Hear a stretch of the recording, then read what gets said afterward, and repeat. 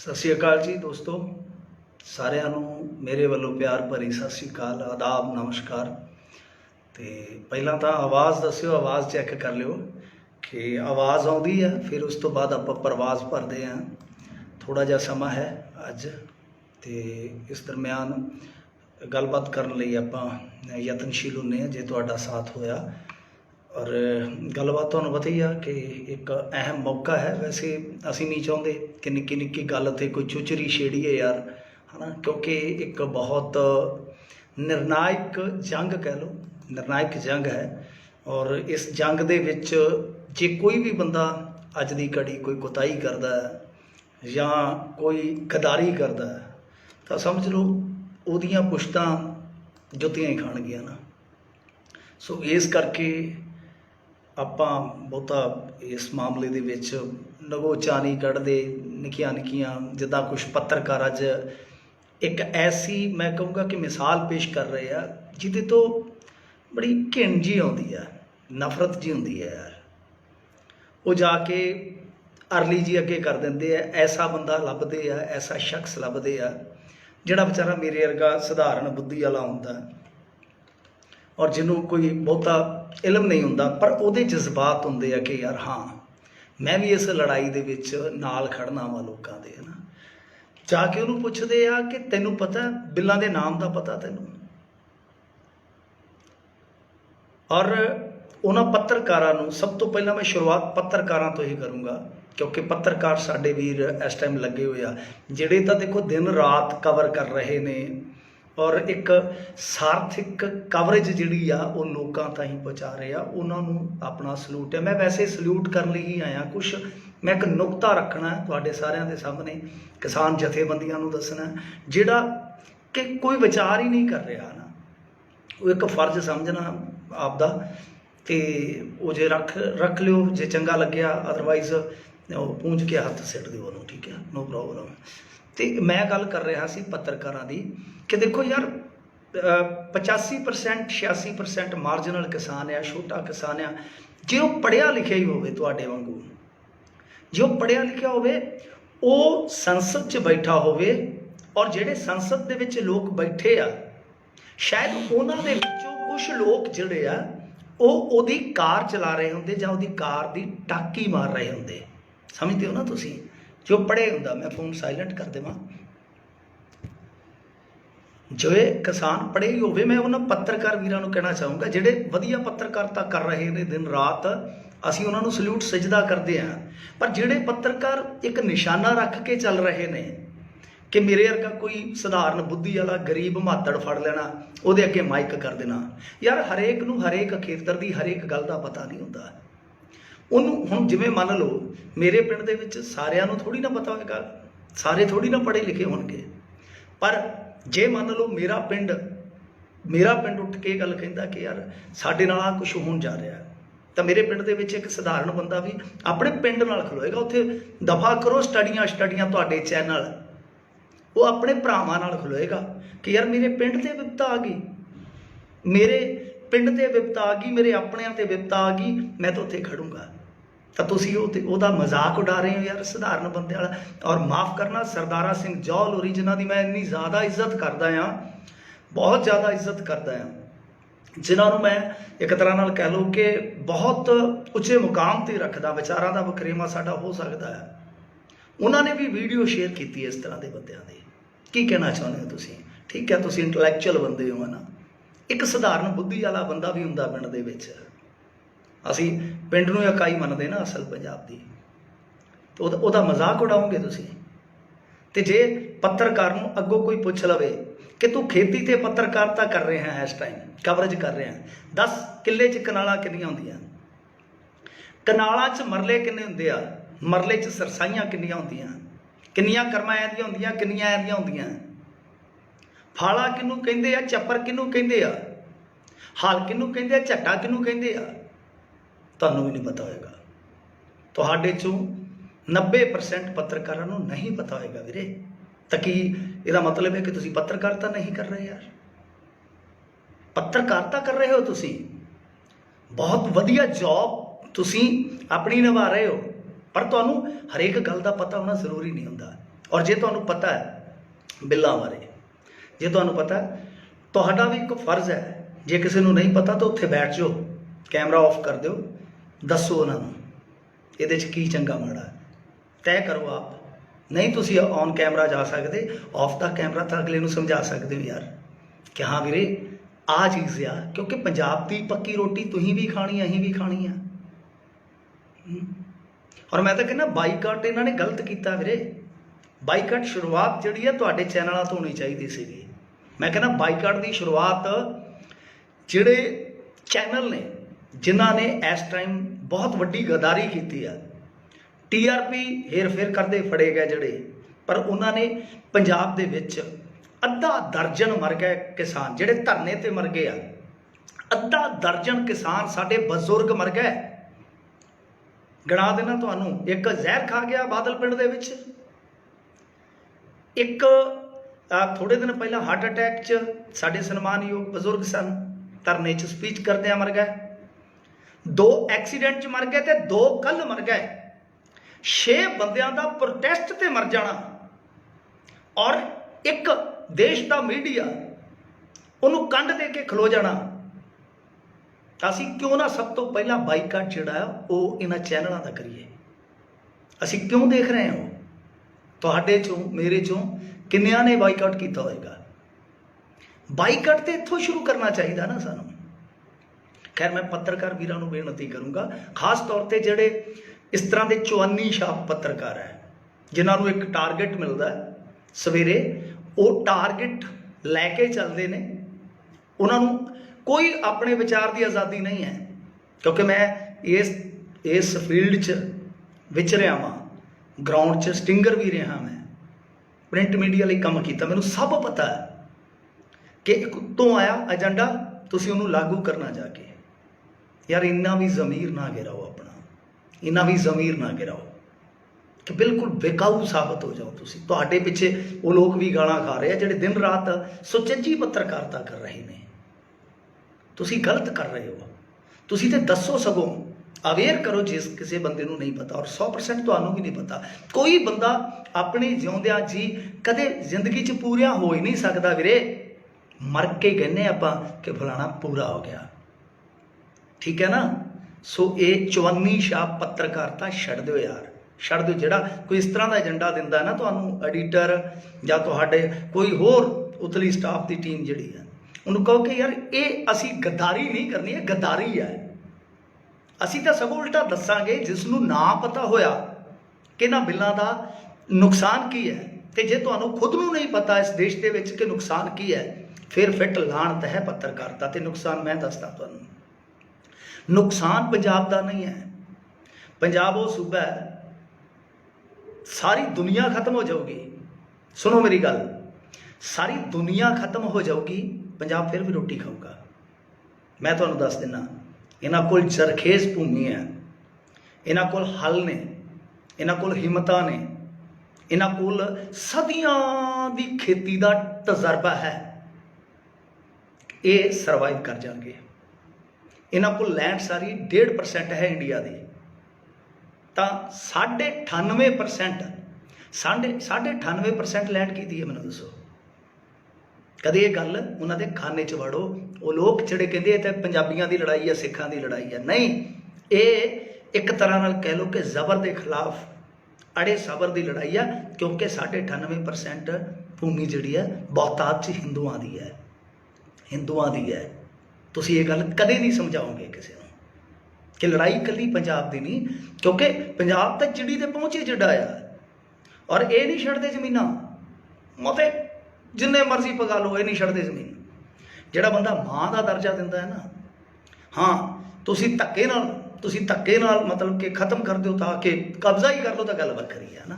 ਖੈਰ ਇਹ ਮੈਂ ਸਿਰਫ ਤੇ ਸਿਰਫ ਚੁਵਾਨੀ ਸ਼ਾਹ ਪੱਤਰਕਾਰਤਾ ਜਿਹੜੀ ਕਰਨ ਵਾਲੇ ਲੋਕ ਆ ਉਹਨਾਂ ਨੂੰ ਕਹੂੰਗਾ ਵੀਰੇ ਕਿ ਆਪਣੇ 'ਚੋਂ ਕੋਈ ਵੀ ਸੰਪੂਰਨ ਨਹੀਂ ਹੁੰਦਾ। ਜੇ ਇਸ ਤਰ੍ਹਾਂ ਦਾ ਕੋਈ ਪਿੱਛੋਂ ਟਾਸਕ ਆਉਂਦਾ ਕਿ ਇਹਨਾਂ ਦੇ ਐਜੀਟੇਸ਼ਨ ਨੂੰ ਬਦਨਾਮ ਕਰੋ, ਤਾਂ ਪਲੀਜ਼ ਐਸਾ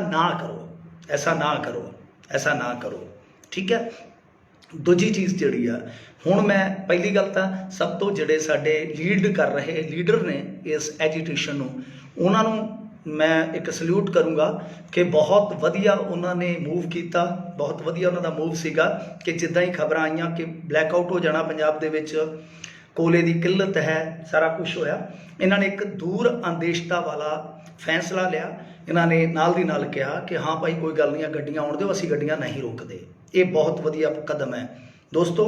होना की सीगा कि किल्लत भावें ना आउंदी, किल्लत पैदा कर दी जाती, और ये किल्लत तुहाडे पैट्रोल डीजल च भी वेखण नूं मिल सकती सी। फर्ज करो जे साडे कोल पैट्रोल डीजल की किल्लत हो गई तो असीं आवाजाही किवें कर सकते हैं। और पैट्रोल डीजल पाउण वास्ते जे तुहानूं लाइनां च लगना पवे, मैनूं याद आ एक वारी मैं ला लो कि अज तो शायद कोई 25-30 साल पहलां दी गल होनी, मैं कि 10 कुछ साल दा होऊंगा, मैं अपने पिता दी रोटी पैट्रोल पंप ते लैके जांदा रहा।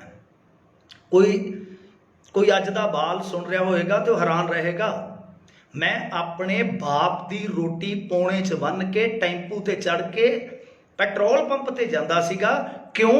क्योंकि तड़के जाके लाइन च लगदा सीगा। उस टाइम मेरे ख्याल दे नाल खाड़ी युद्ध चल रहा सी, शायद जे मैनूं याद है चंगी तरह, तो असीं जाके उत्थे रोटी फड़ा के आउंदे सी। होर भी लंबियां लाइनां च लगे किसान जिहड़े आ उन्हां दा भी यही हाल सी। तो जब इहो जी स्थिति आ जाऊगी तुहाडे सामने, तो किल्लत तुहाडे करके भावें थोड़ी होवे, इन्हां ने बहुत वड्डे पद्धर ते वो किल्लत दिखाउणी है, जिहदे करके सारा ब्लेम इन्हां ते आउणा सी, जिन्ने मोहतबार आ ये जथेबंदियां दे, और बदनाम होना सीगा इन्हां ने। और जिहड़ा सब तो ज़्यादा फायदा होना सी वो केंद्र दी ए टीम ते केंद्र दी बी टीम। हुण तुसीं कहोगे कि केंद्र सरकार च बी टीम किहड़ी आ? बी टीम है कैप्टन अमरिंदर सिंह, केंद्र की बी टीम राष्ट्रवादी अमरिंदर सिंह। सो ये चीज़ जिहड़ी आ वो वधनी सी अगे। तुसीं मौका संभालिया, अज भी ये एक एमरजेंसी मीटिंग कर रहे ने सारियां किसान जथेबंदियां वाले, तो मैं तो यही गुजारिश करूँगा कि तुसीं ये फैसला लो कि असीं नहीं रोकनी आवाजाही, आउण दिओ तुसीं एक बारी भेजो जिहड़ियां भी ट्रेनां भेजनियां। ये ना हुण किहा जाए कि माल गड्डियां असीं खुल्लियां छड्ड देंगे ते मुसाफर ट्रेनां रोक लवांगे। हुण इहदी निशानदेही कौन करूगा? बंदे थोड़ी थल्ले दबाउणे असीं, ठीक है। सो सब तो पहला यही चीज़ होनी चाहिए है। और मैं तो कहना कि आवाजाही खोल के तो एक बार दिल्ली नूं करो कोच, ये जान नहीं देंदे तो तुसीं ते किसान यूनीअन वाले जांदे ही ट्रेनां ते हो मेरे ख्याल दे नाल। जदों जाके उत्थे बैठे तुसीं उत्थे सदो, यूपी वाले भी सद लो, हरियाणे वाले भी सद लो, की फर्क पैंदा? राजस्थान वाले भी सद लो, इस तरह कर लो, इन्हां नूं आ जाओ, असीं उत्थे आउने ट्रेनां ते चढ़ के चलाओ ट्रेनां, सानू रोके हो रहा, तुसीं ट्रेनां ते जांदे रहे। असीं खुद एक बारी मेरे ख्याल दे नाल दिल्ली च गए सीगे, उदों साडे इत्थे हुंदे सीगे पिंड चों साडे सन्मानयोग दादा जी लगदे साडे दादियां दी थां ते सीगे, उन्हां दे नाल गए सी वाहवा साल पहलां। तो ट्रेनां ते साडे तो किराया करूया भी नहीं सी लिया, रात नूं चढ़े सी असीं मलोट तो। ते मैं ते कहना कि दब दिओ उहनूं ट्रेनां, फिर जाण कहो तुसीं खोलो ट्रेनां ते असीं चढ़दे तुहाडीआं ट्रेनां ते, बोणी असीं करांगे, असीं बहिने जाके रामलीला च आ जाओ। जिथे बैठा सी वो बुढ़ा भज गया मुड़ के, जड़ा सारा बेड़ा गर्क करके, उत्थे बैठ जाओ। यूपी वाले भी सद लो, हरियाणे वाले भी सद लो, तो सकाओ कशहरे इन्हों के उत्थे ग्रिलों से टंग के, आपे पता लग जू इन्हों किहड़े भाव तुलदी इन्हों के। तो इन्हों कहो की है तुसीं सोचदे हो साडे पंजाबियों का दिमाग नहीं हैगा? तुहाडे नालों असीं 4 कदम गांह सोचण वाले लोग आ, ठीक है। एक तो ये जड़ा मैं किसान जथेबंदियां को मेरा सुनेहा जरूर पहुँचाओ, क्योंकि मेरा इन्ना कोआर्डीनेट नहीं है अपने, तो चलो ये है कि हाज़री भी थोड़ी लगी है, मेरे तो माफ़ी है उस चीज़ लिए भी कि 2-4 थावां ते अपनी तो हाज़री जी सी वो लगी है। तो आपां वो एक सधारण बंदे वांगू गए ना कि सैल्फियां पाउण गए सीगे ना। तो जरूर ये नुकता पुजदा करो जिथे भी किसी को कोई प्लेटफॉर्म मिलता है कि जे वो कहते हैं कि ट्रेनां खोले बगैर गड्डी नहीं चलती, उन्होंने कहा ठीक है गड्डी चलाउने आ, पर इस गड्डी ते असीं आवांगे, असीं गड्डी ते आवांगे और दिल्ली च बैठांगे, रोक के दिखाओ सानूं। बोरी बोरी कणक दी रख लो यार विच, कहो वेचण चले असीं तां आ जाओ ते सारे जाणगे तुहाडे नाल। उदों असीं मैं दसन दिया 20-22 साल 25 साल पहला गए असीं, ते तुसीं हुण कहो, हुण ते मुंडे ज़्यादा जाणगे तुहाडे नाल। उत्थे जदों कशहरे बाहर सुक्कने पाए ना तुसीं, ते ये 4 दिनां च भज्जे आउणगे कि बण की गया, सवेरे माड़ा जा उत्थे गाह पाओ चंगी तरह। सो यही चीज़ां ने, जे ये पैंतड़ेबाजी वरतदे हुण सानू भी पैंतड़ेबाजी जिहड़ी वो सिख लैनी चाहिदी आ। दूजी चीज़ दोस्तों, मैं जिस गल करके अज लाइव होया, मैं बहुत लंबे समय तो, बहुत दिनों तो एक चीज़ नोट कर रहा सीगा, वो ये आ कि देखो अकालियां नूं, भाजपाइयां नूं खास तौर पर खंड पाई जा रही है। कांग्रेस जिन्हें सारिया चीज़ों का मुੱਢ बन्निया उन्होंने बरी किया जा रहा, उन्होंने इस सारी चीज़ के विचों ना बहुत घट शांदा मिलता है। हुण मैं ताज़ा मिसाल देना तुहानूं, ताज़ा मिसाल देना, अन्ना हज़ारे ते रामदेव भज्जे सी, ਉਹ यार सुखजिंदर भज्जे दी छड्डो, मैं तो गल कहना जो कहते गड्डियां तो बिना नहीं सरदा, खोल दिओ गड्डियां, कोई गल नहीं, आ जाओ। उन्हें कहा गड्डियां ते असीं चढ़ के दिल्ली आउणे आ, ते जे रोकण ते गट्टा गट्टा चौलां दा रख लो नाल, उन्हें असीं ते दिल्ली दी नरेला मंडी च वेचण चले, आ जाओ आ जाओ, फिर तो नहीं ना रोकणगे, नरेला मंडी च चले असीं ते उत्थे इकट्ठे हो जाओ जाके, इन्हों घेरना ही आ, पता लगूगा इन्हों, नाले उत्थे पता लगू। हुण मैं जिहड़ी गल कहण जा रहा तुहानूं ध्यान नाल सुणिओ, और मेरी एक गुजारिश है तुहाडे सारिआं दे मोहरे हत्थ बन के, जे तुसीं सचमुच पंजाब परस्त हो, पंजाबी नूं प्यार करन वाले हो, पंजाब दी खैर मंगदे हो, एक तां इस चीज़ नूं सीरीयसली ले लिओ जे चंगी लगी। हुण देखो गल की हो रही है कि असीं पोलीटिकल जमात नूं बरी कर रहे हैं इत्थे, मतलब कि जिहड़ी साडी पंजाब दी राजनीतिक जमात है वो ते पासे खलोती, हो ते सगों 2022 ते 2024 वास्ते अपना पड़ोल बन रही है। ठीक है, असीं लड़ाई लड़ रहे हैं, चाहे कोई मेरे वर्गा कोई घर च बैठा है, वो भी एक लड़ाका है, मैं उन्होंने भी लड़ाका मनदा, ठीक है ना, सपोर्ट कर रहा है। चाहे कोई अंगहीन वीर है, वो अपने घर च बैठा सपोर्ट कर रहा दिलों, वो भी एक जुझारू है, योद्धा है इस लड़ाई का। मतलब कि साडे ते बच्चे भी इस लड़ाई च लगे आ, ते कैप्टन अमरिंदर सिंह लिया के राहुल नूं, ट्रैक्टर भी साडे, तेल भी साडा, बंदे भी साडे, सड़कां भी साडियां, पुलिस भी साडी, मीडिया भी साडा, सारा कुछ वरता के की ओहदा की सानूं रिजल्ट दिता, उन्हें की आउटपुट दिती है बई कैप्टन अमरिंदर सिंह, दसे तो सही। साडा इन्ना मुल्क बेकार करके सड़कों ते लिया के 3 दिन जलसा करके ये सारा कुछ वो सानू दे के की गया, दसे कैप्टन अमरिंदर सिंह। मैं जिहड़ी गल कहन जा रहा तुहानूं, गल ये आ वीरे कि असीं इस पोलीटिकल क्लास नूं छड्डीए ना। हुण किसान जथेबंदियां पता नहीं क्यों कैप्टन अमरिंदर सिंह नाल ना बहुत ज़्यादा इलू इलू जा करके चल रही ने, थोड़ा जा ना मतलब कि नरम गोशा जा रख के, है ना। हुण होना की चाहिए, सानू फिर ये कहना चाहिए कि जे तुसी सचमुच ही यार किसान हतैषी हो, सचमुच किसान हतैषी हो, तो इस तरह करो कैप्टन साहब, तुहाडे जिन्ने MLA 70-80 है, जिन्ने भी है, वो सारे दे सारे तुसी चक के ते लैके चलो बिहार दे विच, तुसी बिहार दे विच लैके चलो, ठीक है। उथे इलैक्शन, उथे इलैक्शन है, तो तुसी उथे जाओ। मैं सारिਆਂ ਨੂੰ गुजारिश करूँगा, एक वीर पुछदा फलाने बारे की ख्याल है, देखो सारे वीरे अपने आ, ठीक है ना, सारे ही अपने वीरे, चाचा चपेड़ा वाला। पहली गल तो वीरे असली आइडिया बनाओ, है ना, की फायदा इन्होंने चीज़ों का। दीप सिद्धू वधिया यार, वो भी तो लड़ाई लड़ रहा है, लड़ाई लड़ रहा, वो भी तो वो लड़ रहा था, कोई चक्कर नहीं है, जड़ा भी लड़ाई लड़ रहा है, जो कोई एक्सपोज होएगा वेखी जाएगी, है ना। हाल की घड़ी तो सारे लड़ाई लड़ रहे हैं, तो आप नहीं किसी को माड़ा कहेंगे, और मैं जाती तौर पर किसी को माड़ा कहता ही नहीं वीरे। तुसी लख कमेंट करी जाओ, लख सवाल करी जाओ, मैं कदे किसी की निजी जिंदगी ते नहीं सवाल खड़े करता, कदे कदे आप कदे निजी किरदार कुशी नहीं की। हाँ, जो कोई एक्सपोज हो जाएगा फिर उस बंदे नूं असीं उस हिसाब नाल ट्रीट कर लवांगे, है ना। एवें मैं मनोकल्पनिक गल्लां करी जावां, उहदे च कोई तुक नहीं है, उहदे च कुछ नहीं है। सो मेरे कहने का मतलब ये हुआ कि कैप्टन अमरिंदर सिंह नूं ये गल क्यों नहीं कहंदियां साडियां जथेबंदियां कि भाई तुसी अपने लद्दो सारे MLA, हाँ बुढ़े छड्ड दिओ, ज़्यादातर हुण जिद्दां बादल साहब वर्गा उहने ते की जाना कि तुसी चुप करके इत्थों पाओ चाले, तनख्वाह साडी, भत्ते साडे, रोटी का खर्चा साडा, गड्डियां का खर्चा साडा, ईवन दो जे जहाज़ ते जाना असीं टिकटां करा के देंगे पंजाबी, तुसी जाके उत्थे पहुँचो, बिहार दे विच जाओ, कंपेन शुरू कर दो, और उहदे वास्ते जो तुहानूं चाहिए अंकड़ा मैं मुहैया करवाउणा। मैं तुहानूं दसदा कि ये सारा जिहड़ा कानून है वो किस तरह कल्ले पंजाब वास्ते नहीं पूरे देश वास्ते एक खतरा है, किस तरह ਇੱਕ ਅੰਬਾਨੀ ਅਡਾਨੀ, ਸਾਡੇ ਕੋਲ ਦੋ ਸ਼ਬਦ ਆ ਪੰਜਾਬੀਆਂ ਕੋਲ, ਅਡਾਨੀ ਅੰਬਾਨੀ। ਜਦੋਂ ਤੁਸੀਂ ਇਹਦੀਆਂ ਤੈਆਂ ਫੋਲੋਗੇ ਤੁਸੀਂ ਹੈਰਾਨ ਰਹਿ ਜਾਓਗੇ, ਤੁਸੀਂ ਹੈਰਾਨ ਰਹਿ ਜਾਓਗੇ ਕਿ ਇਹ ਅਡਾਨੀ ਅੰਬਾਨੀ ਮੋਦੀ ਇਹ ਤੇ ਪਿਆਦੇ ਆ ਇਸ ਗੇਮ ਦੇ, ਇਸ ਗੇਮ ਦੇ ਪਿਆਦੇ ਆ। ਸਰਮਾਏਦਾਰੀ ਸਾਮਰਾਜੀ ਸ਼ਕਤੀਆਂ ਦਾ ਜੇ ਤੁਸੀਂ ਜਾਲ ਵੇਖੋਗੇ ਨਾ ਬਹੁਤ ਤਕੜਾ। ਇਹ ਤੇ ਕੁਝ ਵੀ ਨਹੀਂ, ਸਾਨੂੰ ਅਡਾਨੀ ਅੰਬਾਨੀ ਸ਼ਬਦ ਦੇ ਦਿੱਤੇ ਗਏ, ਉਹ ਪਰਸੈਪਸ਼ਨ ਬਣ ਜਾਂਦੀ ਆ, ਪਰਸੈਪਸ਼ਨ ਬਣ ਜਾਂਦੀ ਆ। ਇਸ ਗੇਮ ਨੂੰ ਅਸੀਂ ਖੋਲਿਆ ਵਾ, ਇਸ ਗੇਮ ਨੂੰ ਖੋਲਿਆ ਵੀਰੇ।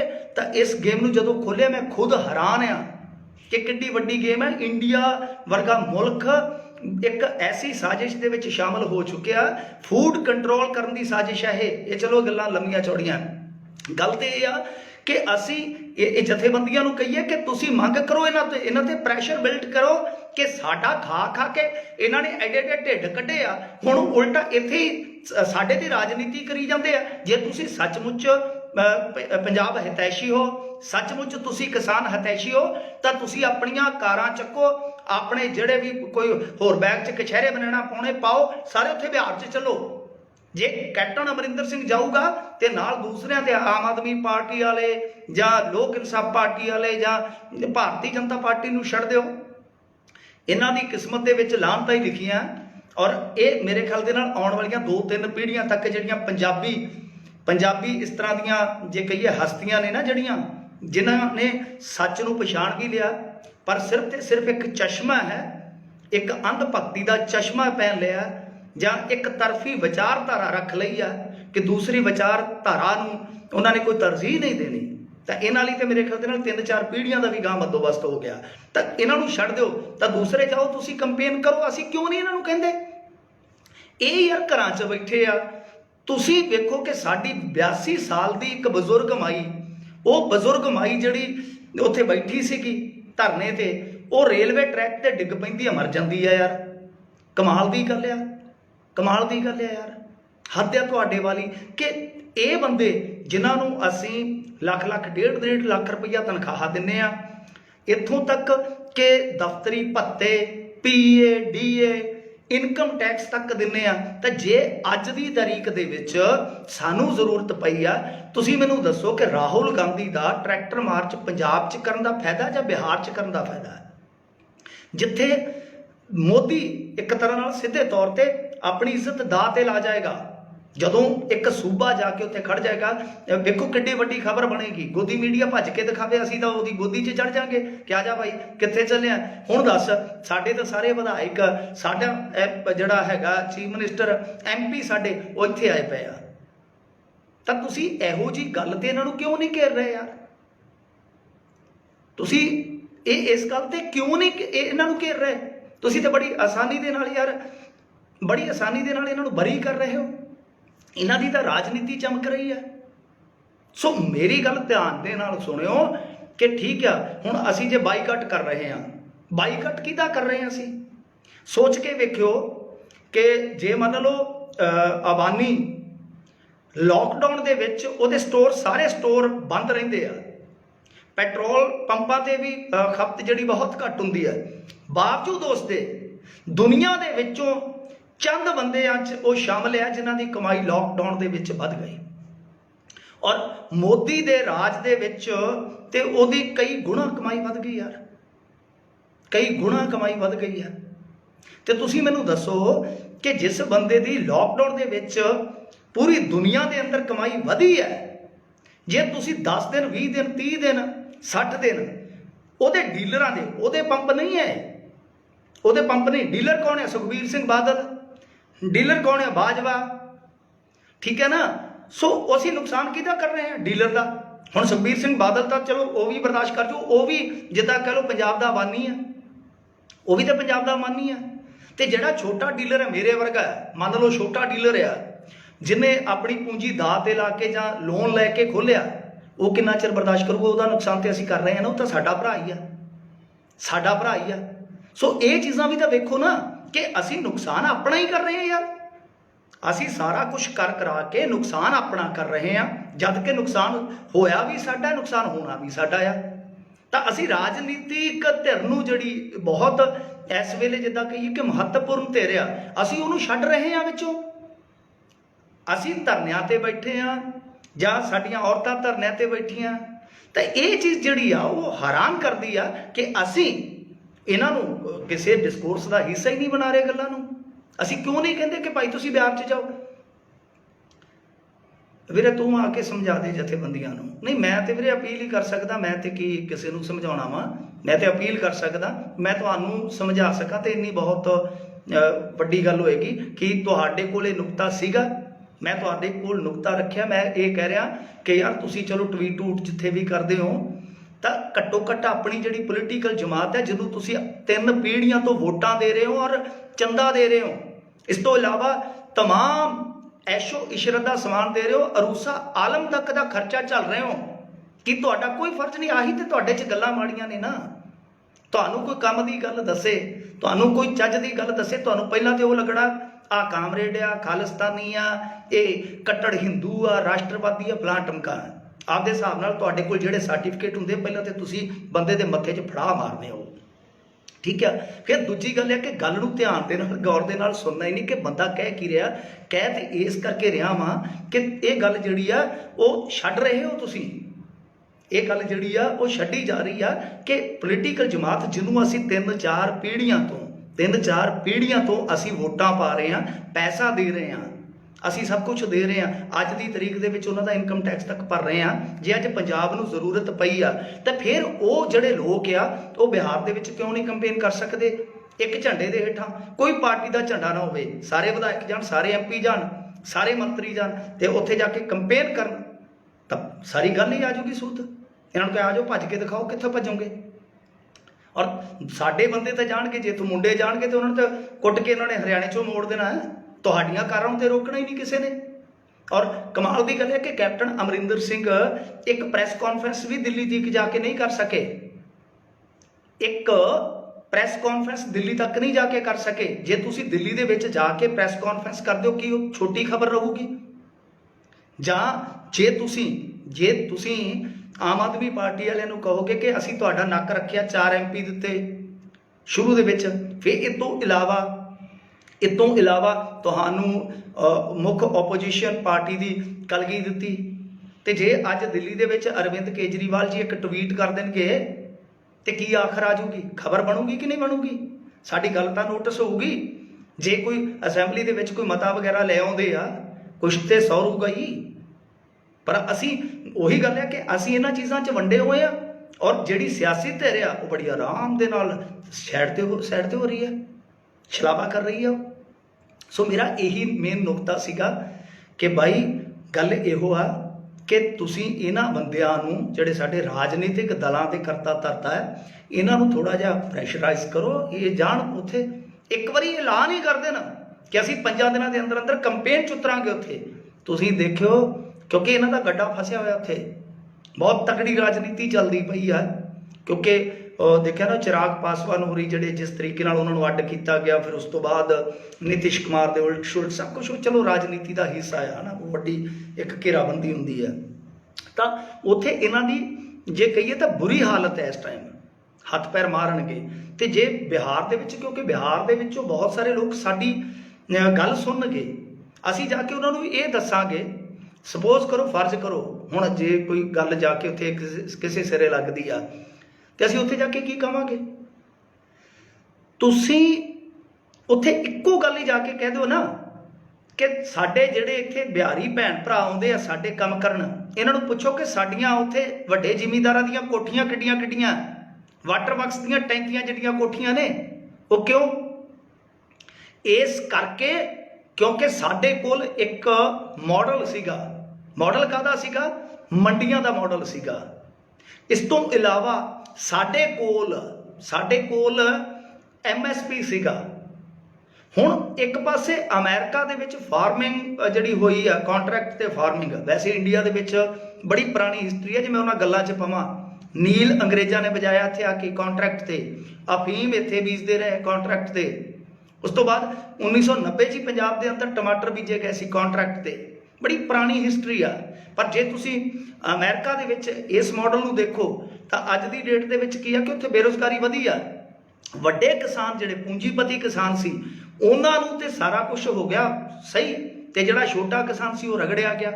ਤੇ ਮੇਰੇ ਕਹਿਣ ਦਾ ਮਤਲਬ ਇਹ ਆ ਕਿ ਯਾਰ ਗੱਲ ਇਹ ਆ ਕਿ ਅਸੀਂ ਉੱਥੇ ਜਾ ਕੇ ਉਹਨਾਂ ਨੂੰ ਦੱਸੀਏ ਕਿ ਆਹ ਮਾਡਲ ਤਾਂ ਸਾਡਾ ਜਿਹੜਾ ਉਹ ਬਿਹਾਰ ਨੂੰ ਵੀ ਮਿਲਣਾ ਚਾਹੀਦਾ ਸੀ, ਮੰਡੀਆਂ ਵਾਲਾ, ਕਿ ਸਾਡਾ ਟਰੈਕਟਰ ਉਹ ਮਤਲਬ ਕਿ ਦਾਣੇ ਕੱਢਦਾ ਵਾਹਣ ਚੋਂ ਤੇ ਇੱਕ ਵਾਰੀ ਉਹ ਰੇਸ ਖਿੱਚਦੇ ਆ।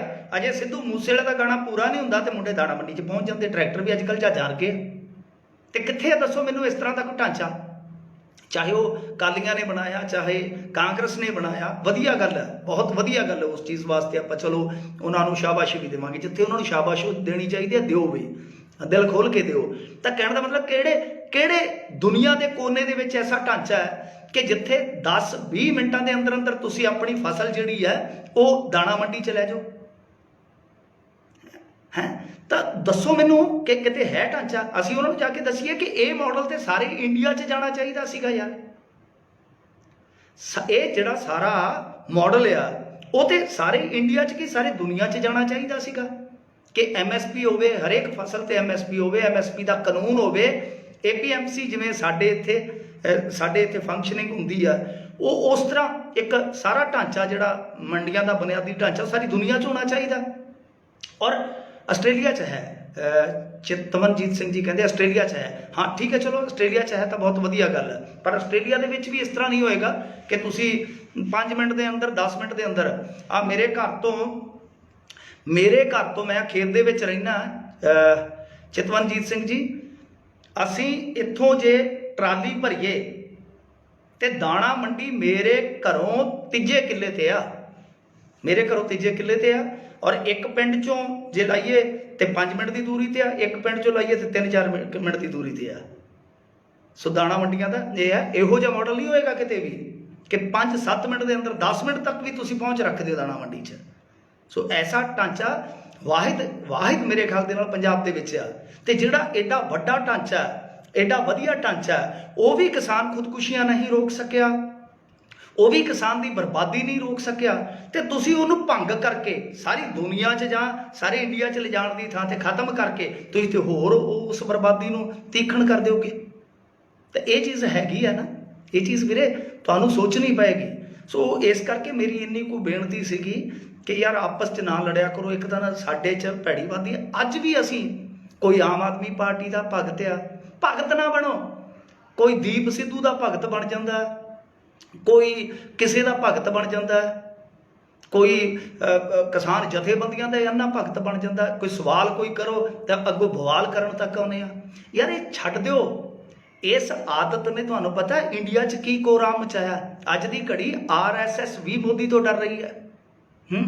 ਆਹੀ ਅੰਧ ਭਗਤੀ ਨੇ ਇੱਕ ਬੰਦੇ ਨੂੰ ਅਰਧ ਤਾਨਾਸ਼ਾਹ ਬਣਾ ਤਰਿਆ, ਇੱਕ ਬੰਦੇ ਨੂੰ ਅਰਧ ਤਾਨਾਸ਼ਾਹ ਬਣਾ ਤਰਿਆ। ਹਰੇਕ ਬੰਦੇ ਤੇ ਸਵਾਲ ਕਰੋ। ਮੈਂ ਨਹੀਂ ਕਹਿੰਦਾ ਕੋਈ ਮਾੜਾ ਯਾਰ, ਕੋਈ ਨਹੀਂ। ਮੈਂ ਕਹਿੰਦਾ ਮੈਂ ਤਾਂ ਤੁਹਾਨੂੰ ਕਿਹਾ ਕਿ ਮੈਂ ਕਦੇ ਮੇਰੇ ਮੂੰਹੋਂ ਸੁਣਿਆ ਮੈਂ ਵਿਅਕਤੀਗਤ ਟਿੱਪਣੀ ਕੀਤੀ ਹੋਵੇ ਕਿਸੇ ਤੇ। ਮੈਨੂੰ ਲੋਕ ਗਾਲਾਂ ਕੱਢ ਜਾਂਦੇ ਆ ਔਰ ਮੈਂ 36 ਬੰਦਿਆਂ ਦੇ ਨਾਂ ਵੀ ਗਿਣਾ ਸਕਦਾ ਜਿਨ੍ਹਾਂ ਨੇ ਗਾਲਾਂ ਕੱਢੀਆਂ ਤੇ ਮੁੜ ਕੇ ਕਿਹਾ ਕਿ ਯਾਰ ਨਹੀਂ ਤੂੰ ਠੀਕ ਸੀ, ਉਸ ਸਮੇਂ ਤੂੰ ਠੀਕ ਸੀਗਾ, ਅਸੀਂ ਉਦੋਂ ਗਲਤ ਸੀਗੇ। ਹਾਂ, ਗੱਲ ਇਹ ਆ ਵੀਰੇ ਕਿ ਅਸੀਂ ਭਾਂਡਾ ਟਣਕਾ ਕੇ ਨਹੀਂ ਦੇਖਦੇ। 10 ਰੁਪਈਆਂ ਦਾ ਬਜ਼ੁਰਗਾਂ ਨੇ ਘੜਾ ਲੈਣਾ ਹੁੰਦਾ ਸੀਗਾ ਨਾ, ਉਦੋਂ ਤੇ ਮੇਰੇ ਖਿਆਲ ਦੇ ਨਾਲ 10 ਰੁਪਏ ਦਾ ਨਹੀਂ ਹੋਣਾ, ਅੱਜ 10 ਰੁਪਏ ਦਾ ਹੋਊਗਾ। ਸਾਡੇ ਟਾਈਮਾਂ ਦੇ ਵਿੱਚ ਮੇਰੇ ਖਿਆਲ ਦੇ ਨਾਲ ਰੁਪਏ 98 ਦਾ ਕਿਤੇ ਘੜਾ ਆਉਂਦਾ ਹੋਣਾ। ਤੇ ਉਹ ਸਾਡੀਆਂ ਔਰਤਾਂ 5 ਮਿੰਟ 10 ਮਿੰਟ ਟਣਕਾ ਕੇ ਵੇਖੀ ਜਾਂਦੀਆਂ ਹੁੰਦੀਆਂ ਸੀ। ਤਾਂ ਤੁਸੀਂ ਘੱਟੋ ਘੱਟ ਜਦ ਕਿਸੇ ਦੇ ਮਗਰ ਲੱਗਦੇ ਹੋ ਟਣਕਾ ਕੇ ਤਾਂ ਦੇਖ ਲਓ ਯਾਰ, ਕੋਈ ਫਰਕ ਨਹੀਂ ਪੈਂਦਾ।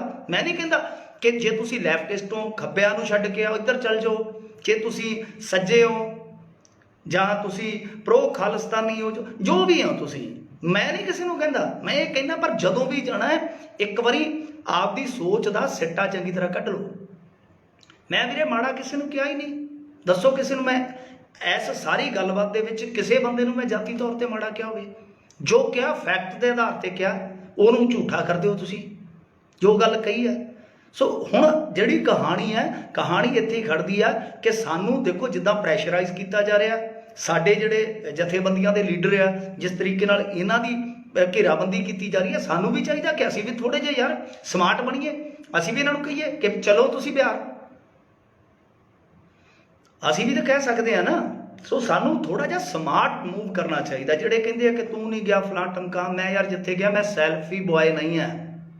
मैं सैल्फी बॉय नहीं है वीरे, ठीक है, कि मैं सैल्फी पावां। मैं गया सी, मैं सड़क 'ਚ भी बैठा, मैं धरने 'ਚ भी बैठा, मैं उत्थे नौजवानों नाल गल्लां भी कीतियां ना। छੱਡ दिओ गल्लां यार, मैं पोस्टर बॉय नहीं है, मैं साफ कर देवां यार। जिथे जाऊँगा शायद तुहानूं पता ही नहीं लगूगा, वो अजे भी जाऊँगा जदों भी किते टाइम मिलिया है ना। घर भी देखना, बाहर भी देखना वीरे, सब कुछ देखना, ठीक है ना। असीं कोई क्रांतिकारी नहीं हाँ, असीं तां तुहाडी सेवा करदे हाँ। असीं हरेक बंदा लड़ाई अपने ढंग नाल लड़दा है। जे कोई कवि है तो कविता लिखदा है, जे कोई गीतकार आ तो गीत लिखदा है। की तुहाडी लड़ाई 'ਚ ਉਹ सहयोग नहीं कर रहा यार? कि यही ਹੁੰਦਾ कि हरेक बंदा, कि जदों बार्डर खुलदे आ हरेक बंदा बंदूक लैके उत्थे लड़ रहा हुंदा है, ਜਿਹੜਾ उस फौज ਨੂੰ ਪਿੱਛੋਂ राशन पानी पहुँचा रहा, कि वो लड़ाका नहीं है? दस्सिओ मैनूं, दिल ते हत्थ रख के दस्सिया करो यार, दस्सिया करो। जज्बाती तुसीं बहुत ज़्यादा हो जाते हो। तुसीं कदे सोचिया करो कि एक दो लत्तां तो वड्डिया बंदा जे झंडा फड़ के कोठे ते खड़ के कोई फोटो पा दूगा, घट लड़ाका यार, घट लड़ाका।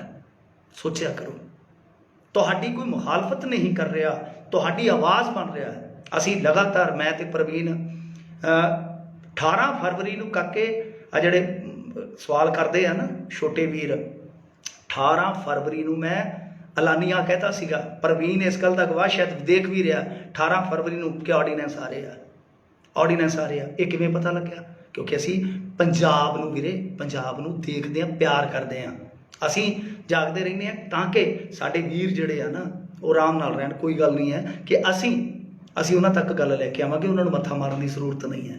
18 फरवरी नूं दसदा सीगा मैं, और मैं तुहानूं अज भी दसदा वीरे, अज भी तुहानूं दसदा, ये गल इत्थे नहीं रुकेगी, ये गल इत्थे नहीं रुकेगी, ये गल बहुत अगे तक जाएगी। रिजर्वेशन नूं पैणगे, आबादी वाला कानून भी आ सकता है। इस तो इलावा जिहड़ा इन्हां ने कहा यूनीफॉर्म सिविल कोड, एकसार सिविल कोड, वो भी आएगा। देखी चलियो हुंदा की आ, देखी चलियो अगे हुंदा की आ। और सब तो खतरनाक कानून लियाउणगे जमीन एक्वायर करने वाला। हुण तुसीं कड़ियां जोड़ के देखो ना कि इस पासे नरेंद्र मोदी ने खोलता। हुण एक चीज़ होर देखो, छोटा किसान की होएगा कि लेबर क्लास च चल जाता है। चाइना का मॉडल ये कॉपी कर रहे हैं। चाइना ने की कीता सीगा कि बहुत सारा किसान खेती चों कढ़ के उन्होंने मैन्युफैक्चरिंग सैक्टर च लिया। मैन्युफैक्चरिंग सैक्टर समझते हो ना तुसीं, निर्माण के मतलब कि जिहदे विचों चीज़ां उत्पादन होंदा है, कह लो है ना, चीज़ां का निर्माण होता है। वो एक बहुत वधिया सैक्टर आ। उन्होंने मैन्युफैक्चरिंग सैक्टर अपना मजबूत कर लिया। साडा जिहड़ा मैन्युफैक्चरिंग सैक्टर वो तो बिल्कुल हैगा पर बिल्कुल साडा कमज़ोर आ।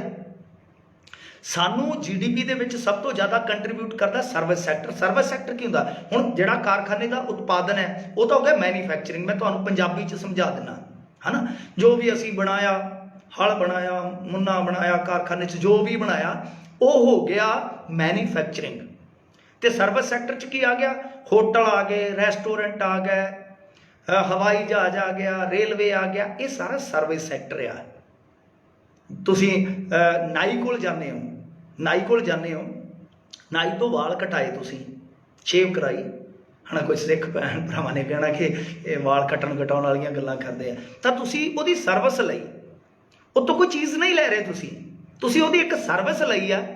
ते सर्विस जिहड़ी हुंदी आ ਉਹਦਾ ਉਹਨੇ ਚਾਰਜ ਲੈ ਲਿਆ। ਤਾਂ ਇਹ ਕੀ ਹੋ ਗਿਆ? ਸਰਵਿਸ ਸੈਕਟਰ ਆ। ਸਰਵਿਸ ਸੈਕਟਰ ਇਹਨੂੰ ਕਹਿ ਸਕਦੇ ਹੋ ਤੁਸੀਂ ਕਿ ਜਿੱਥੋਂ ਤੁਸੀਂ ਸਰਵਿਸ ਲੈਂਦੇ ਹੋ। ਕੋਈ ਵੀ ਹੋਟਲ ਦਿੰਦਾ ਸਰਵਿਸ ਤੁਹਾਨੂੰ, ਕਿ ਤੁਸੀਂ ਉਹਦਾ ਕਮਰਾ ਥੋੜੀ ਚੱਕ ਲਿਆਉਂਦੇ ਹੋ, ਤੁਸੀਂ ਉਹਦੀ ਸਰਵਿਸ ਲੈਂਦੇ ਹੋ, ਉਹਦੀ ਸੇਵਾ ਲੈਂਦੇ ਹੋ, ਬਦਲੇ 'ਚ ਉਹਨੂੰ ਚਾਰਜ ਦਿੰਦੇ ਹੋ। ਤਾਂ ਹੁਣ ਕਹਿਣ ਦਾ ਮਤਲਬ ਇਹ ਹੈ ਕਿ ਦੇਖੋ ਇਹ ਆ ਗਿਆ। ਮੈਂ ਦੱਸਦਾ ਵੀਰੇ ਜਸਟ ਬਾਣਾ ਜੀ, ਮੈਂ ਤੁਹਾਨੂੰ ਦੱਸਦਾ ਐਕਵਾਇਰਿੰਗ ਵਾਲਾ ਵੀ ਫੰਡਾ ਦੱਸ ਦੇਣਾ ਤੁਹਾਨੂੰ। ਅੱਛਾ, ਹੁਣ ਜਿਹੜੀ ਚਾਈਨਾ ਦੀ ਇਹ ਕਾਪੀ ਕਰ ਰਹੇ ਆ ਕਿ ਚਾਈਨਾ ਨੇ ਕਿਸਾਨੀ ਚੋਂ ਕੱਢ ਕੇ ਲੋਕ ਜਿਹੜੇ ਸੀਗੇ ਉਹ ਲੈ ਗਏ ਮੈਨੂਫੈਕਚਰਿੰਗ 'ਚ। ਹੁਣ ਇਹ ਚਾਈਨਾ ਦੀ ਕਾਪੀ ਤਾਂ ਕਰ ਰਹੇ ਨੇ, ਪਰ ਸਾਡਾ ਕਿਸਾਨ ਜ਼ਮੀਨ ਚੋਂ ਜਦੋਂ ਨਿਕਲਦਾ ਉਹ ਕਿੱਥੇ ਜਾਂਦਾ? ਕਿਉਂਕਿ ਸਾਡਾ ਮੈਨੂਫੈਕਚਰਿੰਗ ਸੈਕਟਰ ਇੰਨਾ ਮਜ਼ਬੂਤ ਨਹੀਂ ਹੋ ਜਾਂਦਾ ਸਰਵਿਸ ਸੈਕਟਰ 'ਚ। ਯਾਨੀ ਹੋਟਲਾਂ ਦੇ ਅੱਗੇ ਖੜ ਗਿਆ, ਭਾਂਡੇ ਮਾਂਜ ਲਏ ਜਾਂ ਇਹ ਵੈ, ਸਮਝਦੇ ਹੋ ਤੁਸੀਂ? ਤਾਂ ਉਹ ਇੱਕ ਬਹੁਤ ਵੱਡਾ ਲੋਸ ਹੈ। ਜਿੱਦਾਂ ਹੁਣ ਪੈਂਡੇਮਿਕ ਆਇਆ, ਮਹਾਂਮਾਰੀ ਆਈ, कई महामारी कही जाते, महामारी होंगी है। तो और जिहड़ा बंदा सर्विस सैक्टर दे विच गया, जिवें ही सर्विस सैक्टर डिग पिया, मतलब कि ਸਰਵਿਸ ਸੈਕਟਰ ਡਿੱਗ ਪਿਆ। ਇੱਕ ਵੀਰ ਕਹਿੰਦਾ ਕਿ ਆਵਾਜ਼ ਘੱਟ ਆਉਂਦੀ ਹੈ। ਮੈਂ ਤੇ ਮਾਈਕ ਦੀ ਗੱਲ 'ਚ ਹੀ ਪਾਏ ਆ, ਤੁਸੀਂ ਵੇਖ ਲਿਓ। ਜੇ ਆਵਾਜ਼ ਘੱਟ ਹੈ ਮੈਂ ਕੱਟ ਕਰ ਦੇਣਾ, ਮੈਂ ਕਿਸੇ ਦਿਨ ਫੇਰ ਬਹਿ ਜਾਊਂਗਾ, ਕੋਈ ਗੱਲ ਨਹੀਂ ਜੀ। ਮੇਰੇ ਕੋਲ ਘੰਟਾ ਕੁ ਵਿਹਲਾ ਸੀਗਾ। ਤੇ ਮੇਰੇ ਕਹਿਣ ਦਾ ਮੈਂ ਤੁਹਾਨੂੰ ਕੁਝ ਗੱਲਾਂ ਸਮਝਾ ਦੇਣੀਆਂ ਚਾਹੁੰਦਾ, ਕਿਉਂਕਿ ਇਸ ਬਹਿਸ ਨੂੰ ਆਪਾਂ ਮਜ਼ਬੂਤੀ ਨਾਲ ਅੱਗੇ ਲਿਜਾਣਾ ਹੈ। ਤੁਸੀਂ ਸਾਰੇ, ਮੇਰਾ ਕੀ ਹੁੰਦਾ, ਮੈਂ ਦੇਖੋ ਆਪਣਾ ਆ ਕਿ 10-15 ਸਾਲ ਹੋਰ ਕੰਮ ਹੋਣਾ ਹੈ ਨਾ, 45 ਨੂੰ ਪਹੁੰਚ ਗਏ ਆ, 55-60 ਸਾਲ ਤੱਕ ਬੰਦੇ ਦੀ ਬੱਸ ਹੋ ਜਾਂਦੀ ਆ। ਮੈਂ ਕਹਿੰਦਾ ਕਿ ਅਸੀਂ ਯਾਰ ਵੱਧ ਤੋਂ ਵੱਧ ਸਿਪਾਹੀ ਤਿਆਰ ਕਰਨੇ ਆ। ਮੈਂ ਉਹਨਾਂ ਬੰਦਿਆਂ 'ਚੋਂ ਨਹੀਂ, ਕਈ ਬੰਦੇ ਇਹ ਹੁੰਦੇ ਆ ਕਿ ਥੋੜ੍ਹੀ ਜਿਹੀ ਨੌਲੇਜ ਆਉਂਦੀ, ਹੰਕਾਰੀ ਹੋ ਜਾਂਦੇ ਆ ਜਾਂ ਘੁੱਟ ਲੈਂਦੇ ਆ ਕਿ ਯਾਰ ਕਿਸੇ ਨੂੰ ਨਾ ਦੱਸਾਂ। ਮੈਂ ਮੇਰੇ ਨਾਲ ਮੁੰਡੇ ਜਿੰਨੇ ਵੀ ਕੰਮ ਕਰਦੇ ਉਹਨਾਂ ਨੂੰ ਪੁੱਛਿਓ, ਮੈਂ ਜਿੱਥੇ ਵੀ ਸਿਖਾ ਸਕਦਾ ਉਹਨਾਂ ਨੂੰ ਸਿਖਾਉਣਾ, ਧੌਣੋਂ ਫੜ ਕੇ ਕਿ ਯਾਰ ਸਿੱਖੋ, ਠੀਕ ਹੈ। ਸੋ ਮੈਂ ਤੁਹਾਨੂੰ ਵੀ ਇੱਕ ਵਧੀਆ ਯਾਰ ਪ੍ਰਵਕਤਾ ਬਣਾਉਣਾ ਚਾਹੁੰਦਾ। ਜਿੰਨੇ ਵੀ ਬੰਦੇ ਆਪਣੇ ਨਾਲ ਜੁੜੇ ਆ ਕਿ ਜਿਨ੍ਹਾਂ ਨੂੰ ਕੋਈ ਇਹਨਾਂ ਚੀਜ਼ਾਂ ਦਾ ਨਹੀਂ ਪਤਾ, ਉਹ ਵੀ ਇੱਕ ਤਰਜਮਾਨ ਹੋਵੇ ਕਿ ਜਿੱਥੇ ਬਹਿਸ ਦੀ ਜ਼ਰੂਰਤ ਪਵੇ ਅਸੀਂ ਉੱਥੇ ਠੋਕ ਕੇ ਬਹਿਸ ਕਰ ਸਕੀਏ, ਅਸੀਂ ਠੋਕ ਕੇ ਆਪਣਾ ਪੱਖ ਰੱਖ ਸਕੀਏ। ਉਹ ਆ ਜਾਵੇ। ਮੈਂ ਕਹਿੰਦਾ ਜੈਨੀ ਚੇਅਰਮੈਨ ਬਣਿਆ ਭਾਰਤੀ ਜਨਤਾ ਪਾਰਟੀ ਵਾਲਾ ਸੁਰਜੀਤ ਕੁਮਾਰ ਜੈਨੀ, ਸਾਡਾ ਗਵਾਂਢੀ ਹੈ ਕਟਹਿੜੇ ਤੋਂ। ਜੈਨੀ ਸਾਹਿਬ ਮੈਨੂੰ ਸੱਦ ਲੈਣ, ਮੈਂ ਉਹਨਾਂ ਦੇ ਘਰੇ ਜਾਣ ਨੂੰ ਤਿਆਰ ਹਾਂ, ਮੈਂ ਬਹਿਸ ਕਰਨ ਨੂੰ ਤਿਆਰ ਹਾਂ। ਉਹ ਇੱਕ ਥਾਂ ਦੱਸ ਦੇਣ ਕਿ ਕਿਸਾਨ ਦੇ ਪੱਖ 'ਚ ਬਿੱਲ ਕਿੱਥੇ ਭੁਗਤਦਾ ਹੈ, ਠੀਕ ਹੈ ਨਾ, ਦੱਸ ਦੇਣ, ਤੇ ਮੈਂ ਤੁਹਾਨੂੰ ਘੱਟੋ ਘੱਟ ਅੱਧੀ ਦਰਜਨ ਥਾਵਾਂ ਤੇ ਦੱਸ ਦੂੰਗਾ ਜਿੱਥੇ ਕਿਸਾਨ ਦਾ ਵੱਟੇ ਹੀ ਕੁਛ ਨਹੀਂ ਜਾਣਾ। ਉਹ ਸੱਦ ਲੈਣ, ਮੈਂ ਉੱਥੇ ਜਾਣ ਨੂੰ ਤਿਆਰ ਹਾਂ। ਸੋ ਮੈਂ ਕਹਿੰਦਾ ਕਿ ਇਸ ਤਰ੍ਹਾਂ ਅਸੀਂ ਸਾਰੇ ਇੱਕ ਬਹਿਸ ਵਾਸਤੇ ਤਿਆਰ ਹੋਈਏ, ਕਿਉਂਕਿ ਲੜਾਈ ਆ। ਇਸ ਲੜਾਈ ਦੇ ਵਿੱਚ ਸਾਰੇ ਹੀ ਪੱਤਰਕਾਰ ਹੋਣੇ ਚਾਹੀਦੇ ਆ, ਸਾਡੇ ਭੈਣ ਭਰਾ ਸਾਰੇ। ਕੋਈ ਗੱਲ ਕਰੇ ਤੇ ਐਂ ਜਿੱਦਾਂ ਉੜਜੂ ਨਹੀਂ ਕਰਦਾ ਬੰਦਾ, ਉੜਜੂ ਵਾਲਾ ਹਿਸਾਬ ਕਿਤਾਬ ਹੋਵੇ। ਸੋ ਮੈਂ ਤੁਹਾਨੂੰ ਕਹਿ ਰਿਹਾ ਸੀਗਾ ਕਿ ਇਹਨਾਂ ਨੇ ਕੀ ਕੀਤਾ ਕਿ ਚਾਈਨਾ ਦਾ ਮਾਡਲ ਕਾਪੀ ਕਰ ਲਿਆ। ਹੁਣ ਤੁਹਾਨੂੰ ਮੈਂ ਦਿਲਚਸਪ ਗੱਲ ਦੱਸਦਾ, ਚਾਈਨਾ ਦੇ ਵਿੱਚ ਕੀ ਆ ਕਿ ਜੇ ਤੁਸੀਂ ਐਵਰੇਜ ਖੇਤ ਦੇਖੋਗੇ, ਜਿਸ ਤਰ੍ਹਾਂ ਆਪਣੇ ਲਾ ਲਓ ਕਿ ਜਿੱਦਾਂ ਆਮ 85-86% ਕਿਸਾਨ ਦੇ ਕੋਲ 2 ਹੈਕਟੇਅਰ ਦੇ ਕਰੀਬ ਜ਼ਮੀਨ ਆ। ਹੈਕਟੇਅਰ ਜਿੱਥੇ ਵੀ ਸ਼ਬਦ ਆਵੇ ਉੱਥੇ ਸਮਝ ਲਓ ਕਿ ਉਹਨੂੰ 2.5 ਨਾਲ ਗੁਣਾ ਕਰ ਦਿਓ। 2 ਹੈਕਟੇਅਰ ਆ ਤਾਂ 5 ਕਿੱਲੇ ਹੋ ਗਿਆ, ਯਾਨੀ 1 ਹੈਕਟੇਅਰ ਦੇ ਵਿੱਚ 2.5 ਕਿੱਲੇ ਹੁੰਦੇ ਆ। ਇਹ ਉਲਝਿਆ ਨਾ ਕਰੋ ਇਹਨਾਂ ਚੀਜ਼ਾਂ 'ਚ, ਸਿੱਧੇ ਕਿੱਲੇ ਬਣਾ ਲਿਆ ਕਰੋ। ਤਾਂ 5 ਕਿੱਲਿਆਂ ਵਾਲਾ ਕਿਸਾਨ ਹੈ ਇੱਥੇ ਜ਼ਿਆਦਾਤਰ, 85-86% ਵਾਲਾ, ਹੈ ਨਾ। ਜੇ ਉਹ ਬਰਬਾਦ ਹੋਊਗਾ, ਉਹ ਜਾਊਗਾ ਇੱਥੇ ਸਰਵਿਸ ਸੈਕਟਰ ਦੇ ਵਿੱਚ। ਸਭ ਤੋਂ ਵੱਡੀ ਗੱਲ ਇਹ ਆ ਕਿ ਮੈਨੂਫੈਕਚਰਿੰਗ ਇੰਡੀਆ ਦੀ ਹਾਲੇ ਜਿਹੜੀ ਆ ਉਹ ਬਿਲਕੁਲ ਇਹ ਤੋਰੀ ਵਾਂਗੂ ਲਮਕ ਰਹੀ ਆ, ਉਹਦੇ 'ਚ ਕੋਈ ਸੁਧਾਰ ਨਹੀਂ ਹੈ। ਹੁਣ ਗੱਲ ਇਹ ਆ ਕਿ ਜਦ ਲੇਬਰ ਕਲਾਸ ਨਿਕਲਦੀ ਹੈ, ਹੁਣ ਚਾਈਨਾ ਨੇ ਕੀ ਕੀਤਾ, ਮੈਂ ਚਾਈਨਾ ਦੀ ਇੱਕ ਉਦਾਹਰਨ ਦੇ ਕੇ ਅੱਗੇ ਤੁਰ ਜਾਣਾ। ਚਾਈਨਾ ਨੇ ਇਹ ਗੱਲ ਆਖੀ ਕਿ ਛੋਟੇ ਖੇਤਾਂ ਦੇ ਵਿੱਚ ਉਹਨਾਂ ਦਾ ਐਵਰੇਜ ਜਿਹੜਾ ਖੇਤ ਹੈ ਸਾਡਾ 2 ਹੈਕਟੇਅਰ ਦਾ ਆ ਗਿਆ, ਤਾਂ ਸਾਡੇ ਮੁਕਾਬਲੇ ਉਹਨਾਂ ਦਾ ਹੈਗਾ 0.6 ਹੈਕਟੇਅਰ। ਮਤਲਬ ਕਿ ਲਾ ਲਓ ਕਿ 1.25 ਕਿੱਲੇ ਦਾ ਖੇਤ ਬਣ ਗਿਆ, 1.5 ਕਿੱਲੇ ਦਾ ਖੇਤ ਬਣ ਗਿਆ ਉਹਨਾਂ ਦਾ, ਹੈ ਨਾ। ਸਾਡਾ ਬਣ ਗਿਆ 4-5 ਕਿੱਲਿਆਂ ਦਾ। ਪਰ ਉਤਪਾਦਨ ਦੇ ਮਾਮਲੇ ਦੇ ਵਿੱਚ ਉਹ ਸਾਥੋਂ ਅੱਗੇ ਚੱਲ ਗਏ। ਉਹਦਾ ਇੱਕ ਕਾਰਨ ਸੀਗਾ, ਕਾਰਨ ਇਹ ਸੀਗਾ ਵੀਰੇ ਕਿ ਉਹਨਾਂ ਨੇ ਪੈਸਾ ਇਨਵੈਸਟ ਕੀਤਾ ਖੇਤੀ 'ਚ, ਕਿਉਂਕਿ ਉੱਥੇ ਤੇ ਸਰਕਾਰੀ ਸਿਸਟਮ ਹੀ ਹੈ ਨਾ, ਤੁਹਾਨੂੰ ਪਤਾ ਹੀ ਹੈ। ਜਨਤਕ ਸੈਕਟਰ ਜ਼ਿਆਦਾ ਹੈ, ਜਨਤਕ ਸੈਕਟਰ ਹੈ। ਵੈਸੇ ਸਮਾਜਵਾਦ ਦੇ ਨਾਲ ਹੁਣ ਉੱਥੇ ਇੱਕ ਰਲਵਾਂ ਮਿਲਵਾਂ ਆਰਥਿਕਤਾ ਦਾ ਮਾਡਲ। ਇਹ ਲੰਮੀਆਂ ਚੌੜੀਆਂ ਗੱਲਾਂ ਨੇ, ਇਹ ਵੀ ਸਮਝਾ ਦਿਆਂਗੇ ਕਿਸੇ ਦਿਨ ਲਾ ਕੇ, ਘੰਟਾ 1.5 ਘੰਟਾ। ਮੈਨੂੰ ਵੀ ਇਹ ਲੱਗਦਾ ਸੀਗਾ ਕਿ ਸ਼ਾਇਦ ਇਹ ਚੀਜ਼ਾਂ ਜਿਹੜੀਆਂ ਸਮਝਣੀਆਂ ਬਹੁਤ ਔਖੀਆਂ ਨੇ, ਪਰ ਹਾਲ ਦੀ ਘੜੀ ਇਹਨਾਂ ਚੀਜ਼ਾਂ 'ਚ ਵੀ ਕੋਈ ਔਖਿਆਰਾ ਕੰਮ ਨਹੀਂ ਹੈ। ਜੇ ਆਪਾਂ ਸਮਝਣਾ ਹੋਵੇ ਕਿ ਸਮਾਜਵਾਦ ਕੀ ਆ, ਪੂੰਜੀਵਾਦਤਾ ਕੀ ਆ, ਤਾਂ ਉਹ ਰਲਵਾਂ ਮਾਡਲ ਹੁਣ ਉਹਨਾਂ ਦਾ ਹੋ ਗਿਆ। ਉਹਦੇ ਵਿੱਚ ਕੀ ਨਿਕਲਿਆ, ਸਿੱਟਾ ਜਿਹੜਾ ਨਿਕਲਿਆ ਉਹਦੇ ਵਿੱਚ ਹੋਇਆ ਕੀ ਆ ਕਿ ਚਾਈਨਾ ਨੇ ਛੋਟੇ ਖੇਤ ਦੇ ਵਿੱਚੋਂ ਬਹੁਤ ਜ਼ਿਆਦਾ ਉਤਪਾਦਨ ਲੈਣਾ ਸ਼ੁਰੂ ਕਰ ਦਿੱਤਾ ਹੈ। ਛੋਟੇ ਖੇਤ ਦੇ ਵਿੱਚੋਂ ਮਤਲਬ ਕਿ 0.6 ਹੈਕਟੇਅਰ, ਭਾਵ 1.5 ਕਿੱਲੇ ਦੇ ਵਿੱਚੋਂ, 2.25 ਕਿੱਲਿਆਂ ਦੇ ਵਿੱਚੋਂ ਸਾਡੇ ਨਾਲੋਂ ਵੀ ਜ਼ਿਆਦਾ ਉਤਪਾਦਨ ਲੈਂਦੇ ਆ। ਕਾਰਨ ਉਹਨਾਂ ਦੀ ਸਰਕਾਰ ਨੇ ਪੈਸਾ ਇਨਵੈਸਟ ਕੀਤਾ। ਹੁਣ ਸਾਡੀ ਸਰਕਾਰ ਕੀ ਕਰ ਰਹੀ ਹੈ? ਸਾਡੀ ਸਰਕਾਰ ਕੀ ਕਰ ਰਹੀ ਹੈ? ਤੁਸੀਂ ਇਹਦੀ ਇੱਕ ਉਦਾਹਰਨ ਦੇ ਲਓ, ਐਗਜ਼ਾਮਪਲ ਦੇ ਲਓ। 1980 ਦੇ ਦੌਰ ਦੇ ਵਿੱਚ ਸਾਡਾ ਜਿਹੜਾ GDP ਦਾ ਸੀਗਾ ਉਹ 2.43% ਖੇਤੀ ਨੂੰ ਜਾਂਦਾ ਸੀਗਾ, ਜਦ ਕਿ 90 ਦਹਾਕੇ ਦਾ ਅੱਧ ਆਉਂਦਿਆਂ ਉਹ ਘਟ ਕੇ 0.5% ਰਹਿ ਜਾਂਦਾ ਹੈ, 0.59। ਆਹ ਦੇਖੋ, ਖੇਤੀ ਦੀ ਬਰਬਾਦੀ ਦੀ ਦਾਸਤਾਨ ਇੱਥੋਂ ਹੀ ਸ਼ੁਰੂ ਹੁੰਦੀ ਹੈ। ਖੁਦਕੁਸ਼ੀਆਂ ਤੁਸੀਂ ਦੇਖੋਗੇ ਤਾਂ 95 ਤੋਂ ਬਾਅਦ ਸ਼ੁਰੂ ਹੋਈਆਂ ਨੇ, ਜ਼ਿਆਦਾਤਰ 95 ਤੋਂ ਬਾਅਦ।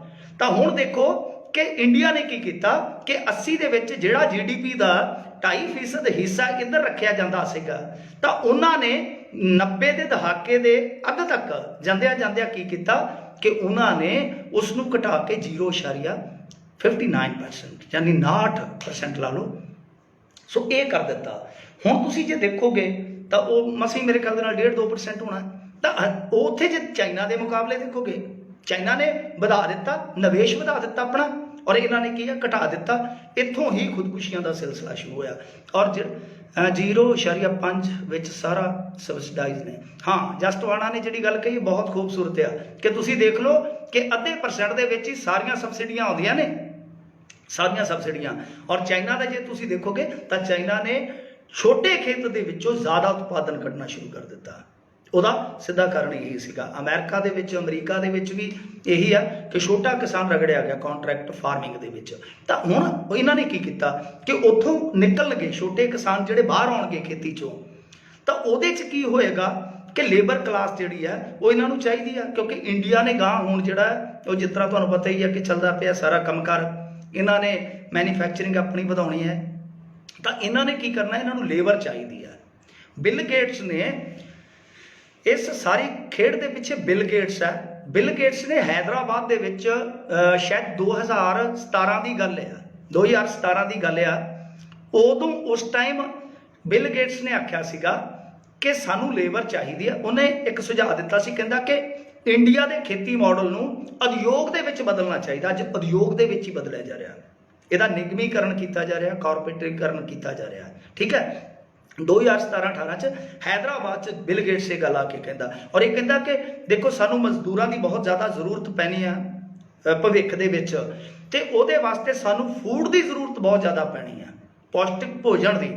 ਤਾਂ ਸਿੱਧੇ ਤੌਰ ਤੇ ਹੁਣ ਕੰਟਰੈਕਟ ਫਾਰਮਿੰਗ ਜਿਹਨੂੰ ਆਪਾਂ ਕਹਾਂਗੇ, ਕਿਰਾਏ ਤੇ ਕਿਸਾਨੀ ਜਿਹੜੀ ਆ, ਇਕਰਾਰ ਤੇ ਕਿਸਾਨੀ ਕਹਿ ਸਕਦੇ ਆ, ਤਾਂ ਉਹਦੇ ਵਿੱਚ ਬਿਲ ਗੇਟਸ ਵਰਗੇ ਹੀ ਜ਼ਿਆਦਾ ਵੱਡੇ ਪਲੇਅਰ ਆਉਣਗੇ ਵੀਰੇ। ਔਰ ਉਹਨਾਂ ਦੇ ਆਪਣੇ ਵੀ ਹੋਣਗੇ, ਸਜੈਂਟਾ, ਮਨਸੈਂਟੋ, ਕਾਰਗਿਲ। ਤੁਸੀਂ ਬਾਈਕਾਟ ਕਰਦੇ ਹੋ, ਕਦੇ ਧਿਆਨ ਨਾਲ ਵੇਖੋ ਕਾਰਗਿਲ ਕਿਹਦੀ ਹੈ? ਕਾਰਗਿਲ ਕਿਹਦੀ ਆ? ਕਾਰਗਿਲ ਬਿਲ ਗੇਟਸ ਹੋਰਾਂ ਦੀ ਆ, ਉਹਦੇ ਵਿੱਚ ਸ਼ੇਅਰ ਹੈ, ਸਜੈਂਟਾ ਦੇ ਵਿੱਚ ਹੈ, ਮਨਸੈਂਟੋ ਦੇ ਵਿੱਚ ਆ। ਤੁਸੀਂ ਕਿੱਥੇ ਕਿੱਥੇ ਬਾਈਕਾਟ ਕਰ ਲਓਗੇ? ਤੇ ਬਹੁਤ ਉੱਤੇ ਤੱਕ ਦੀਆਂ ਗੱਲਾਂ ਨੇ। ਸੋ ਕਹਿਣ ਦਾ ਮਤਲਬ ਇਹੋ ਆ ਕਿ ਦੇਖੋ ਇਹ ਵੱਡੇ ਲੈਵਲ ਦੀ ਖੇਡ ਹੈ, ਇਹਨੂੰ ਜਦ ਤੱਕ ਸਮਝਾਂਗੇ ਨਹੀਂ ਤਦ ਤੱਕ ਇਹਦਾ ਮੁਕਾਬਲਾ ਨਹੀਂ ਹੋਣਾ, ਮੁਕਾਬਲਾ ਨਹੀਂ ਹੋਣਾ। ਤਾਂ ਹੁਣ ਇਹ ਕੀ ਕਰਨਗੇ ਕਿ ਲੇਬਰ ਕਲਾਸ ਵਾਸਤੇ ਅੱਜ ਤੁਹਾਡੇ ਸਾਹਮਣੇ 3 ਮਾਡਲ ਕਾਨੂੰਨ ਇਹਨਾਂ ਨੇ ਲੈ ਆਂਦੇ, 3 ਮਾਡਲ ਕਾਨੂੰਨ ਲੈ ਆਂਦੇ ਨਾ। ਔਰ ਕਮਾਲ ਦੀ ਗੱਲ ਆ, ਜਿਹੜਾ ਦੇਸ਼ ਅੱਜ ਤੱਕ ਮਜ਼ਦੂਰਾਂ ਦਾ ਸੰਘਰਸ਼ ਵੇਖਦਾ ਆ, ਇਸ ਦੇਸ਼ ਦੇ ਵਿੱਚ ਮਜ਼ਦੂਰਾਂ ਦਾ ਕੋਈ ਸੰਘਰਸ਼ ਉਪਜਿਆ ਹੀ ਨਹੀਂ। ਮਜ਼ਦੂਰ ਕੁਸਕੇ ਤੱਕ ਨਹੀਂ ਯਾਰ। ਕਮਾਲ ਹੋ ਗਈ ਕਿ ਦੇਖੋ, ਹਾਂਜੀ ਜਸਟਵਾਣਾ ਜੀ ਬਿਲਕੁਲ, ਮਨਸੈਂਟੋ ਨੇ US ਦੇ ਕਿਸਾਨ ਦਾ ਬੇੜਾ ਗਰਕ, ਤੇ ਮਨਸੈਂਟੋ ਹੀ ਇੱਧਰ ਆਏਗਾ। ਮਨਸੈਂਟੋ ਦੇ ਇਹਨਾਂ ਨੇ 50 ਲੱਖ ਸ਼ੇਅਰ ਖਰੀਦੇ ਸੀ 2010 ਚ। ਟਵਾਣਾ ਜੀ, ਬਿਲ ਗੇਟਸ ਨੇ 2010 ਦੇ ਵਿੱਚ 50 ਲੱਖ ਸ਼ੇਅਰ ਖਰੀਦ ਲਏ ਸਨ ਮਨਸੈਂਟੋ ਦੇ। ਉਸ ਤੋਂ ਬਾਅਦ ਬਾਇਰ ਦੇ ਨਾਲ ਵੀ ਇਹਨਾਂ ਦਾ ਇੰਡੀਆ 'ਚ ਮੇਰੇ ਖਿਆਲ ਦੇ ਨਾਲ ਰਲੇਵਾਂ ਹੋ ਗਿਆ ਸੀਗਾ। ਤਾਂ ਬਾਇਰ ਇੱਕ ਹੋਰ ਬਹੁਤ ਵੱਡੀ ਕੰਪਨੀ ਆ, ਜਾਇੰਟ ਕੰਪਨੀ ਜਿਹਨੂੰ ਕਹਿ ਸਕਦੇ ਆ ਕੈਮੀਕਲ ਐਗਰੀਕਲਚਰਿੰਗ ਦੇ ਵਿੱਚ। ਤਾਂ ਹੁਣ ਇਸ ਹਿਸਾਬ ਕਿਤਾਬ ਨਾਲ ਜੇ ਤੁਸੀਂ ਦੇਖੋਗੇ ਤਾਂ ਬਿਲ ਗੇਟਸ ਤਾਂ ਪਹਿਲਾਂ ਹੀ ਸੋਚ ਕੇ ਚੱਲ ਰਿਹਾ ਹੈ ਕਿ ਇੱਥੇ ਖੇਤੀ ਨੂੰ ਆਪਾਂ ਇੱਕ ਉਦਯੋਗ 'ਚ ਬਦਲਣਾ ਔਰ ਲੇਬਰ ਵੱਧ ਤੋਂ ਵੱਧ ਕੱਢਣੀ ਹੈ। ਔਰ ਮੋਦੀ ਸਾਹਿਬ ਕੀ ਕਰ ਰਹੇ ਨੇ ਕਿ ਲੇਬਰ ਲਈ, ਲੇਬਰ ਵਾਸਤੇ ਲਾਅ ਲੈ ਆਂਦਾ। ਹੁਣ ਤੁਹਾਨੂੰ ਪਤਾ ਹੈ ਨਾ 3 ਕਾਨੂੰਨ ਆਏ ਆ ਜਿਸ ਦਿਨ ਆਪਣਾ ਇਹ ਹੋਇਆ ਖੇਤੀ ਵਾਲਾ, ਉਸ ਤੋਂ ਸ਼ਾਇਦ 1-2 ਦਿਨਾਂ ਬਾਅਦ ਇਹ ਕਾਨੂੰਨ ਵੀ ਬਣ ਗਏ ਲੇਬਰ ਵਾਲੇ ਵੀ। ਤਾਂ ਲੇਬਰ ਵਾਲੇ ਕਾਨੂੰਨਾਂ ਦੇ ਵਿੱਚ ਕੀ ਹੋਏਗਾ ਕਿ ਹੁਣ ਜਿਸ ਤਰ੍ਹਾਂ ਅੱਗੇ ਹੜਤਾਲ ਤੇ ਚੱਲ ਜਾਂਦੇ ਸੀ ਕਿ ਹੁਣ ਨੋਟਿਸ ਦੇਣਾ ਪਊਗਾ ਇੱਕ ਮਜ਼ਦੂਰ ਨੂੰ, ਜਿਹੜਾ ਕਿ ਸਿੱਧੇ ਤੌਰ ਤੇ ਕਾਰਖਾਨੇਦਾਰਾਂ ਦਾ ਹੱਕ ਭੁਗਤਦਾ। ਇਸ ਤੋਂ ਇਲਾਵਾ ਜੇ ਛੰਟਣੀ ਕਰਨੀ ਆ ਤਾਂ ਉਹਨਾਂ ਨੂੰ ਖੁੱਲ੍ਹ ਹੋ ਜਾਏਗੀ, ਜਿੱਦਾਂ 200-300 ਵਰਕਰ ਵਾਲੀ ਛੰਟਣੀ ਜਦੋਂ ਮਰਜ਼ੀ ਕਰ ਸਕਦੇ ਆ।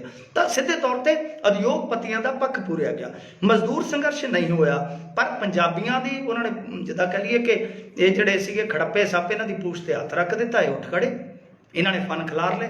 ਤਾਂ ਹੁਣ ਇਹਦੇ ਵਿੱਚ ਕੀ ਆ ਕਿ ਦੇਖੋ ਹੁਣ ਮਜ਼ਦੂਰ ਵਾਸਤੇ ਵੀ ਕਾਨੂੰਨ ਖੋਲ੍ਹ ਲਿਆ, ਰਸਤਾ ਪੱਧਰਾ ਕਰਤਾ ਖੇਤੀ ਵਾਲਾ। ਹੁਣ ਰਹਿ ਗਿਆ ਜ਼ਮੀਨ ਐਕਵਾਇਰ ਕਰਨ ਵਾਲਾ। ਜ਼ਮੀਨ ਐਕਵਾਇਰ ਕਰਨ ਵਾਲਾ ਜਦੋਂ ਵੀ ਕਿਤੇ ਕਾਨੂੰਨ ਤੁਸੀਂ ਦੇਖੋਗੇ ਤਾਂ ਉਹ ਬਸਤੀਵਾਦੀ ਕਾਨੂੰਨ ਸੀਗਾ, ਸ਼ਾਇਦ 1890 ਦਾ ਸੀਗਾ। ਤਾਂ ਉਹ ਜਿਹੜਾ ਬੜਾ ਕਹੀਏ ਕਿ ਬਸਤੀਵਾਦੀ ਤਰੀਕੇ ਨਾਲ ਚੱਲਣ ਵਾਲਾ ਕਾਨੂੰਨ ਸੀ, ਜਿਹਦੀ ਸੋਧ ਕੀਤੀ ਸੀ ਸ਼ਾਇਦ 2013 ਦੇ ਵਿੱਚ। 2013 ਦੇ ਵਿੱਚ ਇਹਨਾਂ ਨੇ UPA ਵਾਲਿਆਂ ਨੇ ਕਾਨੂੰਨ ਦੇ ਵਿੱਚ ਅਮੈਂਡਮੈਂਟ ਕਰ ਦਿੱਤੀ, ਸੋਧ ਕਰ ਦਿੱਤੀ।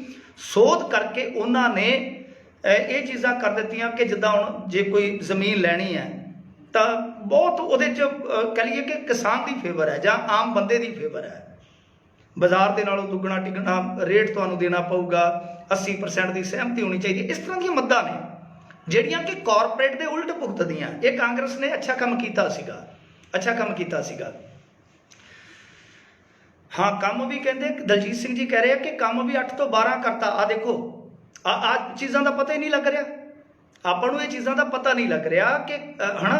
ਹੁਣ ਦੇਖੋ, ਲੇਬਰ ਸਾਨੂੰ ਕਨਵਰਟ ਕਰਕੇ ਲੇਬਰ 'ਚ ਜ਼ਮੀਨ ਖੋਹਣ ਵਾਸਤੇ ਜ਼ਮੀਨ ਵਾਲਾ ਜਿਹੜਾ ਐਕਵਾਇਰ ਕਰਨ ਵਾਲਾ ਕਾਨੂੰਨ ਆ ਉਹਨੂੰ ਵੀ ਬਦਲਣਗੇ। ਇਹ ਤੁਸੀਂ ਯਾਦ ਰੱਖਿਓ, ਇਹਨੂੰ ਵੀ ਬਦਲਣਗੇ। ਔਰ ਇਹ ਜਿਹੜੀ ਯੂਰੀਆ ਤੇ ਸਬਸਿਡੀ ਆਉਂਦੀ ਹੈ ਉਹਨੂੰ ਵੀ ਬਦਲਣ ਜਾ ਰਹੇ ਆ।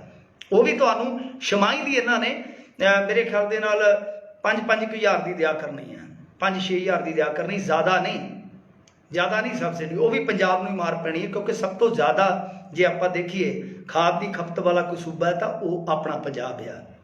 ਉਹ ਵੀ ਮਾਰ ਪਵੇਗੀ, ਬਿਜਲੀ ਸੋਧ ਬਿੱਲ ਆ ਰਿਹਾ। ਸੋ ਇਹ ਸਾਰੀਆਂ ਕੜੀਆਂ ਜਿਹੜੀਆਂ ਇੱਕ ਦੂਜੇ ਦੇ ਨਾਲ ਜੁੜਦੀਆਂ ਨੇ।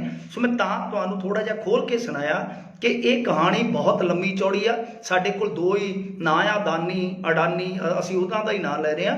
ਇਹਨਾਂ ਦੇ ਉੱਤੇ ਬਹੁਤ ਚਾਚੇ ਤਾਏ ਬੈਠੇ ਆ, ਚਾਚੇ ਬਾਬੇ ਉੱਤੇ ਬੈਠੇ ਆ।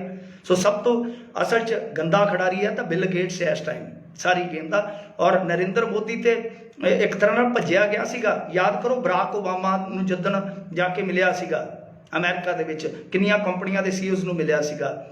ਉਸ ਤੋਂ ਬਾਅਦ ਕੀ ਹੁੰਦਾ ਹੈ? ਉਸ ਤੋਂ ਬਾਅਦ ਬਿਲ ਗੇਟਸ 2015 ਦੇ ਵਿੱਚ, ਦਸੰਬਰ ਦੀ ਗੱਲ ਹੈ, 2015 ਦੇ ਵਿੱਚ ਇਹ ਕਹਿੰਦਾ ਕਿ ਅਸੀਂ ਡਿਜੀਟਲ ਪੇਮੈਂਟ ਦਾ ਕੰਮ ਹੈ ਜਿਹੜਾ ਦੇਖ ਰਹੇ ਹਾਂ ਕੁਝ ਦੇਸ਼ਾਂ ਦੇ ਵਿੱਚ, ਖਾਸ ਤੌਰ 'ਤੇ ਨਾਈਜੀਰੀਆ, ਇੰਡੀਆ ਔਰ ਪਾਕਿਸਤਾਨ। ਔਰ ਇੰਡੀਆ ਦੇ ਵਿੱਚ ਡਿਜੀਟਲ ਪੇਮੈਂਟ ਵਾਸਤੇ ਅਸੀਂ RBI ਦੇ ਸੰਪਰਕ 'ਚ ਹਾਂ। ਤੇ RBI ਦੇ ਵਿੱਚ ਇਹਨਾਂ ਦਾ ਬੋਰਡ ਆਫ ਡਾਇਰੈਕਟਰਸ ਦੇ ਵਿੱਚ ਇੱਕ ਬੰਦਾ ਬੈਠਾ ਹੁੰਦਾ, ਨਾਚੀਕੇਤ ਮੋਰ ਕੌਣ ਆ? ਉਹ ਬਿਲ ਗੇਟਸ ਫਾਊਂਡੇਸ਼ਨ ਦਾ ਇੰਡੀਆ ਦਾ ਮੁਖੀ ਹੈ। ਤੇ ਉਹ ਬਿਲ ਗੇਟਸ ਆਪ ਕਹਿ ਰਿਹਾ ਕਿ 1 ਸਾਲ ਤੋਂ ਅਸੀਂ ਕੰਮ ਕਰ ਰਹੇ ਹਾਂ RBI ਦੇ ਨਾਲ।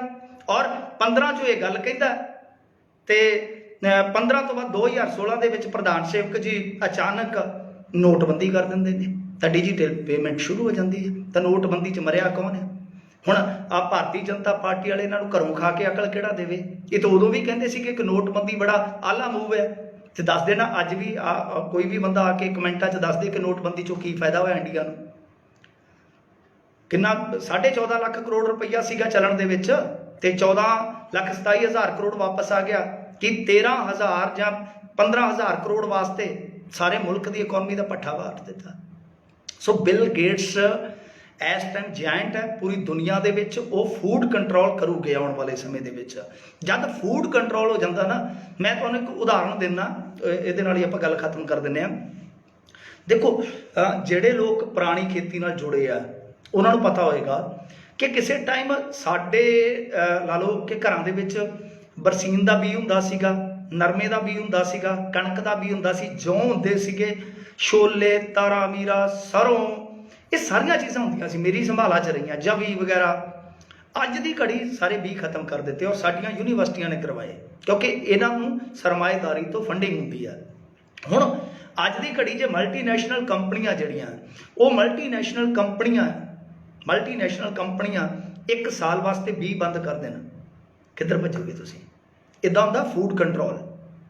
ਇਹਨੂੰ ਕਹਿੰਦੇ ਫੂਡ ਕੰਟਰੋਲ। ਤਾਂ ਸਾਰੀ ਦੁਨੀਆ ਦਾ ਫੂਡ ਕੰਟਰੋਲ ਕੀਤਾ ਜਾ ਰਿਹਾ। ਯੂਕਰੇਨ ਤੱਕ ਪਹੁੰਚਿਆ ਬਿਲ ਗੇਟਸ, ਅਫਰੀਕਾ ਦੇ ਵਿੱਚ ਪਹੁੰਚਿਆ ਉਹ GM ਲੈ ਕੇ। GM ਹੈ ਉਹਨੂੰ ਆਪਾਂ ਕਹਾਂਗੇ ਜੈਨੇਟਿਕਲ ਮੋਡੀਫਾਈਡ ਹੈ ਸ਼ਾਇਦ ਉਹਦੀ ਪਰਿਭਾਸ਼ਾ, ਠੀਕ ਆ। ਉਹ ਇੰਨੇ ਗੰਦੇ ਬੀਜ ਆ, ਜਿਸ ਤਰ੍ਹਾਂ ਹੁਣ ਤੁਸੀਂ ਸਰੋਂ ਬੀਜ ਲਈ, ਉਹਦੀ GM ਸਰੋਂ ਦਾ ਰੌਲਾ ਪਿਆ ਸੀ ਨਾ ਇੱਕ ਵਾਰੀ, ਮਾਮਲਾ ਕੋਰਟ ਕਚਹਿਰੀ 'ਚ ਵੀ ਚੱਲ ਗਿਆ। ਤਾਂ GM ਸਰੋਂ ਜੇ ਤੁਸੀਂ ਬੀਜੋਗੇ ਤਾਂ ਉਹ ਸਾਗ ਜਿਹੜਾ ਕਿ ਸਾਡਾ ਇੱਕ ਤਰ੍ਹਾਂ ਨਾਲ ਕਹਿ ਲਓ ਕਿ ਟ੍ਰੈਡੀਸ਼ਨਲ ਖਾਣਾ ਹੈ, ਉਹ ਬੇਕਾਰ ਹੈ ਸਮਝੋ।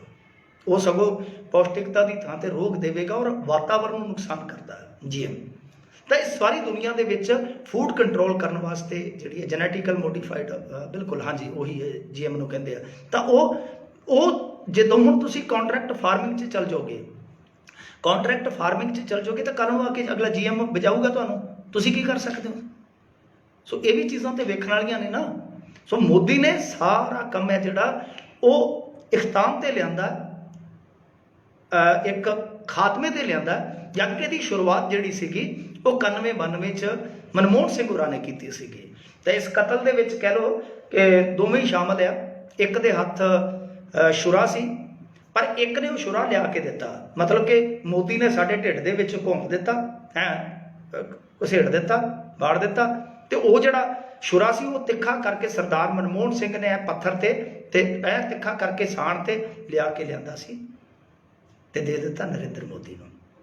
ਆਹ ਕਹਾਣੀ ਆ, ਆਹ ਕਹਾਣੀ ਦਾ ਸਾਰਿਆ ਪਿੱਟੀ ਜਾਓ, ਜਿਹਨੂੰ ਮਰਜ਼ੀ ਪਿੱਟੀ ਜਾਓ। ਤਾਂ ਮੈਂ ਤੁਹਾਨੂੰ ਕਹਿਣਾ ਕਿ ਪੋਲੀਟੀਕਲ ਜਮਾਤ ਨੂੰ ਤੁਸੀਂ ਇਸ ਮਾਮਲੇ 'ਚ ਥੋੜ੍ਹਾ ਪ੍ਰੈਸ਼ਰਾਈਜ਼ ਕਰੋ ਕਿ ਸਾਰੀ ਲੜਾਈ ਆਪਾਂ ਨਹੀਂ ਲੜ ਸਕਦੇ, ਨੁਕਸਾਨ ਵੀ ਸਾਡਾ ਹੋਇਆ, ਵੀ ਸਾਡਾ ਹੋਣਾ ਵੀ ਸਾਡਾ, ਔਰ ਇਹ ਜਿਹੜਾ ਸਾਰਾ ਕੁਝ ਕਰ ਵੀ ਰਹੇ ਆ ਇਹ ਪਾਸੇ ਖੜੇ ਆ। ਇੱਕ ਤੁਹਾਨੂੰ ਮੈਂ ਗੱਲ ਗਰੰਟੀ ਨਾਲ ਕਰ ਦਿੰਦਾ ਕਿ ਜਿਸ ਦਿਨ ਮੰਨ ਲਓ ਕੰਟਰੈਕਟ ਫਾਰਮਿੰਗ ਸ਼ੁਰੂ ਹੋ ਜਾਂਦੀ ਹੈ, ਉਸ ਦਿਨ ਸਭ ਤੋਂ ਜ਼ਿਆਦਾ ਜੇ ਕੋਈ ਦਲਾਲੀ ਕਰੇਗਾ ਇੱਥੇ ਤਾਂ ਉਹ ਸਾਡੇ ਪੋਲੀਟੀਕਲ ਬੰਦੇ ਹੋਣਗੇ। ਜਿੱਦਾਂ ਹੁਣ ਵੀ ਇਹ ਦੇਖ ਰਹੇ ਨਾ ਕਿ ਕੋਈ ਬਾਦਲ ਸਾਹਿਬ, ਕੋਈ ਬਾਜਵਾ ਸਾਹਿਬ ਡੀਲਰ ਹੈ ਅੰਬਾਨੀ ਦਾ, ਤਾਂ ਅੱਜ ਵੀ ਜੇ ਦੇਖੋਗੇ ਉਹ ਵੱਡੇ ਵੱਡੇ ਮਾਲ ਜਿਹੜੇ ਆ ਉਹ ਵੱਡੇ ਵੱਡੇ ਲੋਕਾਂ ਦੀਆਂ ਜਾਇਦਾਦਾਂ 'ਚ ਹੀ ਬਣੇ ਆ। ਤਾਂ ਇਹ ਤੁਹਾਡੇ ਬਰਬਾਦੀ ਦੇ ਦਲਾਲ ਹੋਣਗੇ ਵਿੱਚ, ਇਹ ਸਾਰਾ ਕੁਝ ਸੈਟਅਪ ਕਰਕੇ ਦੇਣਗੇ ਉਹਨਾਂ ਨੂੰ। ਤੁਸੀਂ ਸੋਚੋ ਜਦੋਂ ਕੰਟਰੈਕਟ ਫਾਰਮਿੰਗ ਦੇ ਵਿੱਚ ਤੁਸੀਂ ਅੰਬਾਨੀ ਨੂੰ ਪਿੱਟਦੇ ਹੋ, ਇਹ ਤਾਂ ਵੱਡੇ ਵੱਡੇ ਹੋਣਗੇ। ਮੇਰੇ ਖਿਆਲ ਦੇ ਨਾਲ ਵਾਲਮਾਰਟ ਨੇ ਹੁਣ ਸ਼ਾਇਦ ਇੱਕ ਬਹੁਤ ਵੱਡਾ ਪਲੇਅਰ, ਕੋਈ ਵੀਰ ਗੂਗਲ ਤੇ ਕਰਿਓ, ਵਾਲਮਾਰਟ ਦੇ ਵਿੱਚ ਹਿੱਸੇਦਾਰੀ ਖਰੀਦੀ ਹੈ ਸ਼ਾਇਦ ਟਾਟਾ ਨੇ। ਕੋਈ ਵੀਰ ਮਾੜਾ ਜਿਹਾ ਜਿਹੜਾ ਕੋਈ ਬੈਠਾ ਗੂਗਲ ਤੇ ਕਰਿਓ ਸਰਚ। ਆ ਥੋੜੇ ਦਿਨ ਪਹਿਲਾਂ ਇੱਕ ਇਹਨਾਂ ਦੀ ਹੋਈ ਹੈ। ਤਾਂ ਵਾਲਮਾਰਟ ਕਿਹਦਾ? ਵਾਲਮਾਰਟ ਉਹਦਾ, ਬਿਲ ਗੇਟਸ ਦਾ। ਹੁਣ ਵਾਲਮਾਰਟ, ਜੀਓਮਾਰਟ ਆਇਆ ਤਾਂ ਵਾਲਮਾਰਟ ਵੀ ਆ ਗਿਆ। ਇਹਦਾ ਮਤਲਬ ਕਿ ਜੇ ਆਪਣੇ ਇੱਥੇ ਦਾ, ਹਾਂ ਟਾਟਾ ਨਾਲ, ਮਲਕੀਤ ਸਿੰਘ ਭਿੰਡਰ ਨੇ ਕਿਹਾ ਟਾਟਾ ਨਾਲ, ਲਓ ਜੀ ਆਹ ਟਾਟਾ ਆ ਗਿਆ, ਤੁਸੀਂ ਪਿੱਟੀ ਚਲੋ ਅਦਾਨੀ ਅੰਬਾਨੀ ਨੂੰ, ਟਾਟਾ ਆ ਗਿਆ। ਹੁਣ ਵਾਲਮਾਰਟ ਕਿਹਦਾ? ਵਾਲਮਾਰਟ ਹੈ ਬਿਲ ਗੇਟਸ ਹੋਰਾਂ ਦਾ। ਤਾਂ ਜਿਹੜਾ ਉਹ ਹੈ ਹੁਣ ਟਾਟਾ ਨੇ ਵੇਖਿਆ ਕਿ ਇਹ ਤਾਂ ਆ ਗਏ ਬਸ, ਤਾਂ ਉਹਨਾਂ ਨੇ ਨਾਲ ਦੀ ਨਾਲ ਹੀ ਉਹਦੇ 'ਚ ਸ਼ੇਅਰ ਪਾ ਲਿਆ, ਉਹ ਆਉਣਗੇ ਇੱਥੇ। ਕੰਟਰੈਕਟ ਫਾਰਮਿੰਗ ਦੇ ਵਿੱਚ ਫਰਜ਼ ਕਰੋ, ਮੈਂ ਤੁਹਾਨੂੰ ਇੱਕ ਨੁਕਤਾ ਸੁਣਾਉਣਾ ਕਿ ਮੰਨ ਲਓ ਹੁਣ ਜਿੱਦਾਂ ਕੰਟਰੈਕਟ ਹੋ ਗਿਆ, ਕੰਟਰੈਕਟ ਫਾਰਮਿੰਗ ਦੇ ਵਿੱਚ ਵਾਲਮਾਰਟ ਲੁਕਿੰਗ, ਅੰਗਰੇਜ਼ੀ ਇੰਨੀ ਆਉਂਦੀ ਨਹੀਂ ਜੀ ਮੈਨੂੰ, ਪੰਜਾਬੀ 'ਚ ਦੱਸੋ ਜੀ, ਇੱਥੇ ਪੰਜਾਬੀ 'ਚ ਕਰ ਦਿਓ ਤੁਸੀਂ ਥੋੜ੍ਹਾ ਜਿਹਾ, ਜਾਂ ਹਿੰਦੀ 'ਚ ਕੋਈ ਤਰਜਮਾ ਕਰ ਦਿਓ ਤਾਂ ਕਿ ਦੂਜਾ ਵੀ ਕੋਈ ਪੜ੍ਹ ਸਕੇ, ਹੈ ਨਾ। ਤਾਂ ਹੁਣ ਤੁਸੀਂ ਦੇਖੋ ਕਿ ਉਹਨਾਂ ਨੇ ਵਾਲਮਾਰਟ ਦੇ ਵਿੱਚ ਹਿੱਸਾ ਪਾ ਲਿਆ, ਉਹਨਾਂ ਦੇ ਸਟੋਰ ਬਣਨਗੇ। ਸਟੋਰ ਤੋਂ ਪਹਿਲਾਂ ਕੰਟਰੈਕਟ ਫਾਰਮਿੰਗ 'ਚ ਹੀ ਜਾਣਗੇ, ਆਪਣੀ ਖੇਤੀ ਉਹ ਕਰਾਉਗੇ। ਤਾਂ ਜਦ ਖੇਤੀ ਕਰਾਉਗੇ ਤਾਂ ਹੁਣ ਆਪ ਤਾਂ ਬਿਲ ਗੇਟਸ ਆਉਣ ਹੋ ਰਿਹਾ, ਗੁਰੂ ਸਰ ਉਹਦੇ 'ਚ ਥੋੜ੍ਹੀ ਬਿਲ ਗੇਟਸ ਆਊਗਾ, ਜਾਂ ਕਬਰ ਵਾਲੇ ਥੋੜ੍ਹੀ ਬਿਲ ਗੇਟਸ ਆਊਗਾ, ਕੱਟਿਆਂ ਵਾਲੀ ਥੋੜ੍ਹੀ ਬਿਲ ਗੇਟਸ ਆਊਗਾ। ਬਿਲ ਗੇਟਸ ਤਾਂ ਆਪਣੇ ਦਲਾਲ ਪੈਦਾ ਕਰੂਗਾ ਨਾ। ਤਾਂ ਜਿਹੜਾ ਦਲਾਲ ਹੈ ਉਹ ਦਲਾਲ ਕੌਣ ਹੋਏਗਾ? ਦਲਾਲ ਵੀ ਛੋਟਾ ਮੋਟਾ ਆੜਤੀਆ ਥੋੜ੍ਹੀ ਹੋਊਗਾ ਵਿਚਾਰਾ, ਜਿਵੇਂ ਰਾਮ ਪ੍ਰਸਾਦ, ਸ਼ਾਮ ਪ੍ਰਸਾਦ, ਇਹੀ ਹੋਣਗੇ ਦਲਾਲ, ਇਹੀ ਵੱਡੇ ਆੜਤੀਏ ਬਣਨਗੇ, ਇਹੀ ਲੋਕ ਸਾਰਾ ਉਹਨਾਂ ਨੂੰ ਇੱਥੇ ਤਾਮ ਚਾਮ ਸੈੱਟ ਕਰਕੇ ਦੇਣਗੇ। ਔਰ ਰੌਲਾ ਪਵੇਗਾ, ਮੰਨ ਲਓ ਕੋਈ ਡਿਸਪਿਊਟ ਹੁੰਦਾ, ਕੋਈ ਇੱਕ ਜਿੱਦਾਂ ਕਹਿ ਲਈਏ 25 ਬਿਲੀਅਨ, ਹਾਂਜੀ ਚਾਚੇ ਨੇ ਦੱਸਿਆ, ਚਾਚਾ ਕਹਿੰਦਾ ਕਿ 25 ਬਿਲੀਅਨ ਦਾ ਨਿਵੇਸ਼ ਕਰਤਾ ਟਾਟਾ ਨੇ, ਟਾਟਾ ਬਿਰਲਾ, ਹੁਣ ਟਾਟਾ ਕਰੂਗਾ ਹੁਣ ਆ ਕੇ। ਤਾਂ ਤੁਸੀਂ ਅੰਬਾਨੀ ਅਡਾਨੀ ਨੂੰ ਰੋਨੇ ਤੇ ਤੁਹਾਡਾ ਸਮਾਨ ਪਹਿਲਾਂ ਤਿਆਰ ਕਰੀ ਬੈਠੇ ਆ। ਟਾਟਾ ਵਾਲੇ ਵੀ ਆ ਗਏ ਵਾਲਮਾਰਟ 'ਚ, ਔਰ ਵਾਲਮਾਰਟ, ਜੀਓਮਾਰਟ ਖੁੱਲ੍ਹ ਗਿਆ। ਤੁਸੀਂ ਦੇਖਿਆ ਹੋਣਾ ਜੀਓਮਾਰਟ ਕਿੱਦਾਂ ਖੁੱਲ੍ਹੇ ਆ, ਆਪਣੇ ਬਠਿੰਡੇ ਵੀ ਮੇਰੇ ਖਿਆਲ ਦੇ ਨਾਲ ਖੁੱਲ੍ਹਿਆ, ਲੁਧਿਆਣੇ ਵੀ ਖੁੱਲ੍ਹਿਆ ਜੀਓਮਾਰਟ, ਸੇਲਾਂ ਸੂਲਾਂ ਚੰਗੀਆਂ ਲੱਗੀਆਂ। ਤਾਂ ਹੁਣ ਅੱਗੇ ਵਾਲਮਾਰਟ ਵੀ ਆ ਜਾਊਗਾ ਪੰਜਾਬ ਦੇ ਵਿੱਚ, ਸ਼ਾਇਦ ਹੋਵੇ ਵੀ, ਮੈਨੂੰ ਪਤਾ ਨਹੀਂ ਹੈ। ਸੋ ਹੁਣ ਗੱਲ ਇਹ ਆ ਕਿ ਜਦੋਂ ਮੰਨ ਲਓ ਡਿਸਪਿਊਟ ਹੋਏਗਾ ਤਾਂ ਡਿਸਪਿਊਟ ਜਾਣਾ ਕਿਹਦੇ ਕੋਲ ਆ? ਡਿਸਪਿਊਟ ਜਾਣਾ ਐਸਡੀਐਮ ਕੋਲ ਤੇ ਡੀਸੀ ਕੋਲ। ਤੇ ਐਸਡੀਐਮ ਤੇ ਡੀਸੀ ਨੂੰ ਕੌਣ ਚਲਾਉਣਗੇ ਦੱਸੋ? ਐਸਡੀਐਮ ਤੇ ਡੀਸੀ ਕਿਹਦੇ ਆ? ਇਹਨਾਂ ਦੇ ਆ ਨਾ। ਤੇ ਫਿਰ ਕੌਣ, ਇਹ ਕੌਣ ਹੋ ਗਏ? ਕਰੂਗੇ ਨਾ ਦਲਾਲੀ, ਕਰੂਗੇ ਨਾ ਦਲਾਲੀ। ਤਾਂ ਮੈਂ ਕਹਿ ਰਿਹਾ ਕਿ ਇਹਨਾਂ ਨੂੰ, ਜਿਨ੍ਹਾਂ ਨੂੰ ਤੁਸੀਂ ਛੱਡ ਰਹੇ ਹੋ, ਇਹ ਤਾਂ ਸਭ ਤੋਂ ਪਹਿਲਾਂ ਦਲਾਲ ਬਣਨਗੇ, ਤਾਂ ਸਭ ਤੋਂ ਪਹਿਲਾਂ ਦਲਾਲੀ ਕਰਨਗੇ, ਸਭ ਤੋਂ ਪਹਿਲਾਂ ਦਲਾਲੀ ਕਰਨਗੇ। ਇਹਨਾਂ ਤੋਂ ਤੁਸੀਂ ਉਮੀਦ ਨਾ ਰੱਖਿਓ, ਇਹ ਤਾਂ ਦਲਾਲ ਬਣਨਗੇ, ਇਹ ਦਲਾਲ ਬਣਨਗੇ। ਹੁਣ ਇਹ ਜਿਹੜੀਆਂ ਦਲਾਲੀਆਂ ਨੇ ਉਹ ਅੱਗੇ ਸਾਨੂੰ ਮਹਿੰਗੀਆਂ ਪਈਆਂ। ਸਾਡਾ ਪਾਣੀ ਲੁੱਟਿਆ ਗਿਆ, ਸਾਡੀ ਕਿਸਾਨੀ ਲੁੱਟੀ ਗਈ। ਜੇ ਸਾਡੇ ਲੀਡਰ ਉਦੋਂ ਚੱਜਦੇ ਹੁੰਦੇ, ਗ੍ਰੀਨ ਰੈਵੋਲੂਸ਼ਨ ਵੇਲੇ ਐਕਸਟਰਾ ਰਾਇਤਾਂ ਲੈਂਦੇ, ਅੱਜ ਜਿਹੜੇ ਲੋਕ ਸਾਨੂੰ ਕਹਿੰਦੇ ਆ ਨਾ ਕਿ ਇੱਕ ਕਿਸਾਨ ਦੀ ਇੱਕ ਫਸਲ ਹੈ ਜਿਹੜੀ, ਉਹ ਇੱਕ ਪ੍ਰੋਡਕਟ ਆ, ਅੰਗਰੇਜ਼ੀ 'ਚ ਪ੍ਰੋਡਕਟ ਹੀ ਕਹਿੰਦੇ ਆ ਨਾ ਇਹਨੂੰ, ਪ੍ਰੋਡਕਟ ਆ ਆਖੇ ਪ੍ਰੋਡਕਟ ਦਾ ਹੁਣ ਮੁੱਲ ਨਹੀਂ ਸਹੀ ਮੁੱਲ ਦਾ ਤੇ ਚੀਕਾਂ ਮਾਰਦੇ ਆ। ਤੇ ਭਲਿਓ ਮਾਨਸੋ 91 ਦੇ ਵਿੱਚ ਸ਼ਾਇਦ ਤੁਹਾਨੂੰ ਪਤਾ ਨਹੀਂ ਚੀਕ ਨਿਕਲ ਗਈ ਸੀ ਇੰਡੀਆ ਦੀ, ਪੰਜਾਬ ਨੂੰ ਕਿਹਾ ਗਿਆ ਕਿ ਹੋਰ ਵਲਮਾਰਟ ਕਹਿੰਦੇ ਟਾਟਾ ਨਾਲ ਹੱਥ ਮਿਲਾਉਣ ਨੂੰ ਫਿਰਦਾ, ਆਹੀ ਗੱਲ ਲਿਖੀ ਹੈ ਜੀ। ਚਲੋ ਨਹੀਂ ਉਹ ਕਲੀਅਰ ਹੋ ਗਿਆ ਜੀ, ਉਹਨਾਂ ਨੇ ਇਨਵੈਸਟਮੈਂਟ ਹੋਈ ਹੈ ਉਹਨਾਂ ਦੀ ਸ਼ਾਇਦ 25 ਬਿਲੀਅਨ ਦੀ ਹੈ, ਮਿਲੀਅਨ ਦੀ ਹੈ। ਚਲੋ ਕੋਈ ਨਹੀਂ, ਉਹ ਆ ਜਾਣਾ, ਉਹਨਾਂ ਨੇ ਵਲਮਾਰਟ 'ਚ ਆ ਜਾਣਗੇ, ਬਹੁਤ ਆਉਣਗੇ, ਤੁਸੀਂ ਦੇਖੀ ਜਾਇਓ। ਜਦ ਪੂਰਾ ਵਿਸ਼ਾ ਨਾ ਬਹੁਤ ਆਉਣਗੇ, ਇੱਥੇ ਬੈਠਣ ਵਾਲੇ ਬਹੁਤ ਆ ਜਾਣਗੇ। ਤਾਂ ਹੁਣ ਜਿਹੜੀ ਗੱਲ ਆਪਾਂ ਕਰ ਰਹੇ ਹਾਂ ਕਿ ਦੇਖੋ ਇਹ ਸਾਰਾ ਸਿਸਟਮ ਜਿਹੜਾ ਆ ਉਹ ਜਿਸ ਤਰੀਕੇ ਨਾਲ ਤਿਆਰ ਕੀਤਾ ਗਿਆ ਉਹਦੇ ਵਿੱਚ ਇੱਥੇ ਪਿਆਦੇ ਨੇ, ਇਹਨਾਂ ਨੇ ਰੋਲ ਅਦਾ ਕੀਤਾ। ਹੁਣ ਮੰਨ ਲਓ ਜਿਹੜੇ ਲੋਕ ਸਾਨੂੰ ਕਹਿੰਦੇ ਆ ਕਿ ਇਹਦਾ ਪ੍ਰੋਡਕਟ ਆ 91 'ਚ ਜਦੋਂ ਚੀਕ ਨਿਕਲੀ ਤੁਸੀਂ ਆਖਿਆ ਕਿ ਆਪਣਾ ਰਕਬਾ ਵਧਾਓ, ਝੋਨੇ ਹੇਠ ਰਕਬਾ ਵਧਾਓ, ਰਕਬਾ ਵਧਾਇਆ, ਅਸੀਂ ਆਪਣਾ ਨਰਮਾ ਗਵਾ ਲਿਆ, ਅਸੀਂ ਆਪਣੇ ਬਾਗ ਉਜਾੜ ਦਿੱਤੇ, ਸਾਰਾ ਕੁਝ ਕਰ ਦਿੱਤਾ, ਸਾਰਾ ਕੁਝ ਅਸੀਂ ਉਜਾੜ ਕੇ ਰੱਖ ਲਿਆ। ਔਰ 1 ਕਿਲੋ ਚੌਲ ਵਾਸਤੇ ਪਤਾ ਨਹੀਂ ਦੱਸਦੇ ਕਿ 40 ਲੀਟਰ ਕੇ ਕਿੰਨਾ ਪਾਣੀ ਚਾਹੀਦਾ ਐਵਰੇਜ। ਤਾਂ ਪਾਣੀ ਸਾਡਾ ਐਸਟ ਸੀ, ਅਸੀਂ ਤੁਹਾਡਾ ਉਸ ਸਮੇਂ ਢਿੱਡ ਭਰਨ ਵਾਸਤੇ ਐਸਟ ਦਾ ਤੇ ਲਾਇਆ, ਸਾਨੂੰ ਐਸਟ ਦਾ ਦਿਓ, ਕੀ ਦਿਓਗੇ ਤੁਸੀਂ ਬਜਾਇਆ ਸੀ ਸਾਡੇ ਤੋਂ ਝੋਨਾ, ਫੋਲ ਕੇ ਦੇਖ ਲਓ, ਸਭ ਕੁਝ ਗੂਗਲ ਤੇ ਪਿਆ ਹੋਣਾ ਜੇ। ਫਿਰ ਹੁਣ ਦੀ ਗੱਲ ਹੀ ਆ, ਮੇਰੇ ਖਿਆਲ ਦੇ ਨਾਲ 2007-8 ਦੀ ਗੱਲ ਹੋਣੀ, ਉਦੋਂ ਫਿਰ ਚੀਕ ਨਿਕਲੀ ਜਦੋਂ ਮੇਰੇ ਖਿਆਲ ਦੇ ਨਾਲ ਮੰਦੀ ਆਈ ਆ ਦੁਨੀਆ ਭਰ ਦੇ ਵਿੱਚ, ਉਦੋਂ ਵੀ ਚੀਕ ਨਿਕਲੀ ਇਹਨਾਂ ਦੀ ਫੂਡ ਖਣੋ। ਉਦੋਂ ਵੀ ਪੰਜਾਬ ਦੇ ਵਿੱਚ ਉਹ ਜਿਹੜੇ 11-29 ਅੱਗੇ ਪਤਾ ਨਹੀਂ ਕਿਹੜੇ ਬੀਜ ਸੀ ਕਣਕਾਂ ਦੇ, ਉਹ ਵਿਚਾਰੇ ਪਿੱਛੇ ਰਹਿ ਗਏ ਤੇ ਨਵੇਂ ਬੀਜ ਲਿਆਂਦੇ ਗਏ ਹੈ। ਅਸੀਂ ਤਾਂ ਕੁਝ ਵੀ ਨਹੀਂ ਮੰਗਦੇ, ਸਾਡੀ ਜੇ ਲੀਡਰਸ਼ਿਪ ਦਲਾਲ ਨਾ ਹੁੰਦੇ,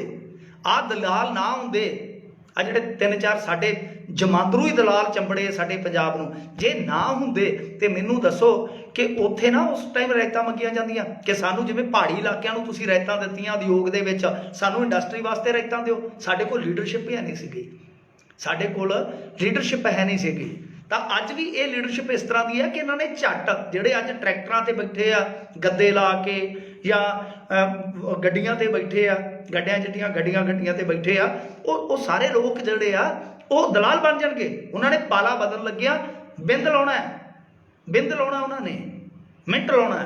ਸੋ ਇਸ ਕਰਕੇ ਇਹ ਚੀਜ਼ ਬੜੀ ਖਤਰਨਾਕ ਹੈ, ਇਕੱਲੀ ਪੰਜਾਬ ਵਾਸਤੇ ਖਤਰਨਾਕ ਨਹੀਂ ਹੈ, ਇਹ ਸਾਰੇ ਦੇਸ਼ ਵਾਸਤੇ ਖਤਰਨਾਕ ਹੈ। ਮੈਂ ਜਿਵੇਂ ਤੁਹਾਨੂੰ ਕਿਹਾ ਕਿ ਬੇਰੁਜ਼ਗਾਰੀ ਵਧੇਗੀ, ਚੀਨ ਦੀ ਮੈਂ ਤੁਹਾਨੂੰ ਉਦਾਹਰਣ ਦਿੱਤੀ ਆ, ਅਮਰੀਕਾ ਦੀ ਤੁਹਾਨੂੰ ਉਦਾਹਰਣ ਦਿੱਤੀ ਆ ਕਿ ਬੇਰੁਜ਼ਗਾਰੀ ਵਧੀ ਆ ਇਸ ਫਾਰਮੈਟ ਦੇ ਨਾਲ, ਜਾਂ ਕਹਿ ਲਓ ਇਸ ਮਾਡਲ ਦੇ ਨਾਲ ਬੇਰੁਜ਼ਗਾਰੀ ਵਧੀ ਆ। ਇਹ ਗੱਲ ਸਾਨੂੰ ਗਾਂਹ ਪਹੁੰਚਾਉਣੀ ਚਾਹੀਦੀ ਆ। ਪਹੁੰਚਾਏ ਕੌਣ? ਜਾਂ ਤਾਂ ਕਿਸਾਨ ਜਥੇਬੰਦੀਆਂ ਜਾਂ ਸਾਡੀ ਲੀਡਰਸ਼ਿਪ। ਤਾਂ ਅਸੀਂ ਲੀਡਰਸ਼ਿਪ ਨੂੰ ਦਬਾਅ ਹੇਠ ਲਿਆਈਏ ਥੋੜ੍ਹਾ ਜਿਹਾ। ਖੈਰ ਚਲੋ ਜੀ, ਇੰਨੀਆਂ ਗੱਲਾਂ ਬਾਤਾਂ ਹੁਣ ਤੁਸੀਂ ਕਰਦੇ ਰਹੋ, ਆਪਾਂ ਫਿਰ ਮੈਂ ਵਿੱਚੋਂ ਜੇ ਟਾਈਮ ਕੱਢ ਲੂੰ ਕਿਸੇ ਦਿਨ, ਹੈ ਨਾ। ਤੇ ਚਲੋ ਠੀਕ ਆ, ਤੇ ਗੱਲਾਂ ਬਾਤਾਂ ਜਿਹੜੀਆਂ ਉਹ ਜ਼ਰੂਰ ਅੱਗੇ ਸ਼ੇਅਰ ਕਰ ਦਿਓ ਕਿ ਆਹ ਜਿਹੜਾ ਨੁਕਤਾ ਜ਼ਰੂਰ ਤੁਸੀਂ ਆਪਣਾ ਟਵੀਟ ਵਰਤਦੇ ਹੋ ਜਾਂ ਜਿਹੜਾ ਕਸ਼ ਕਰਦੇ ਹੋ। ਹਾਂ ਜੀ ਦਲਜੀਤ ਸਿੰਘ ਜੀ 23-29 ਖਤਮ ਹੋ ਗਈ, 11-29, ਹਾਂ ਮੈਂ 11-29 ਕਹਿੰਦਾ ਸੀ, 23-29 ਖਤਮ ਕਰ ਦਿੱਤੀ, ਵਧੀਆ ਬੀ ਸੀਗਾ। ਮੈਂ ਤੁਹਾਨੂੰ ਬੀ ਦੀ ਇੱਕ ਗੱਲ ਦੱਸਦਾ,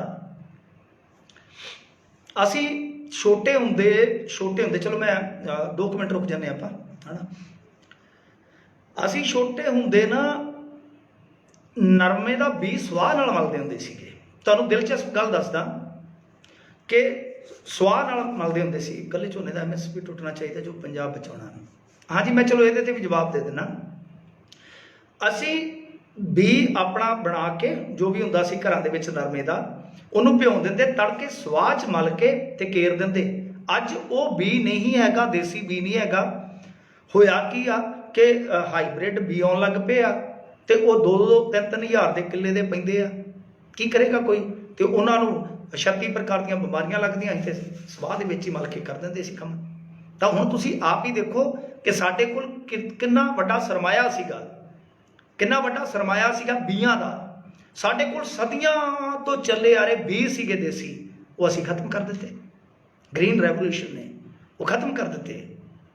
ਸੋ ਉਹਦੀ ਭਰਪਾਈ ਕੌਣ ਕਰੂਗਾ? ਉਹਨੂੰ ਬਚਾਓ। ਮੈਂ ਤਾਂ ਬਿਲਕੁਲ ਇਸ ਗੱਲ ਦਾ ਹਾਮੀਦਾਰ ਆ ਕਿ MSP 24-25 ਫਸਲਾਂ ਤੇ ਗਰੰਟੀਸ਼ੁਦਾ ਹੋਣੀ ਚਾਹੀਦੀ ਆ, ਤਾਂ ਕਿ ਅਸੀਂ ਦੂਸਰੀਆਂ ਫਸਲਾਂ ਵੱਲ ਵੀ ਵੱਧ ਸਕੀਏ।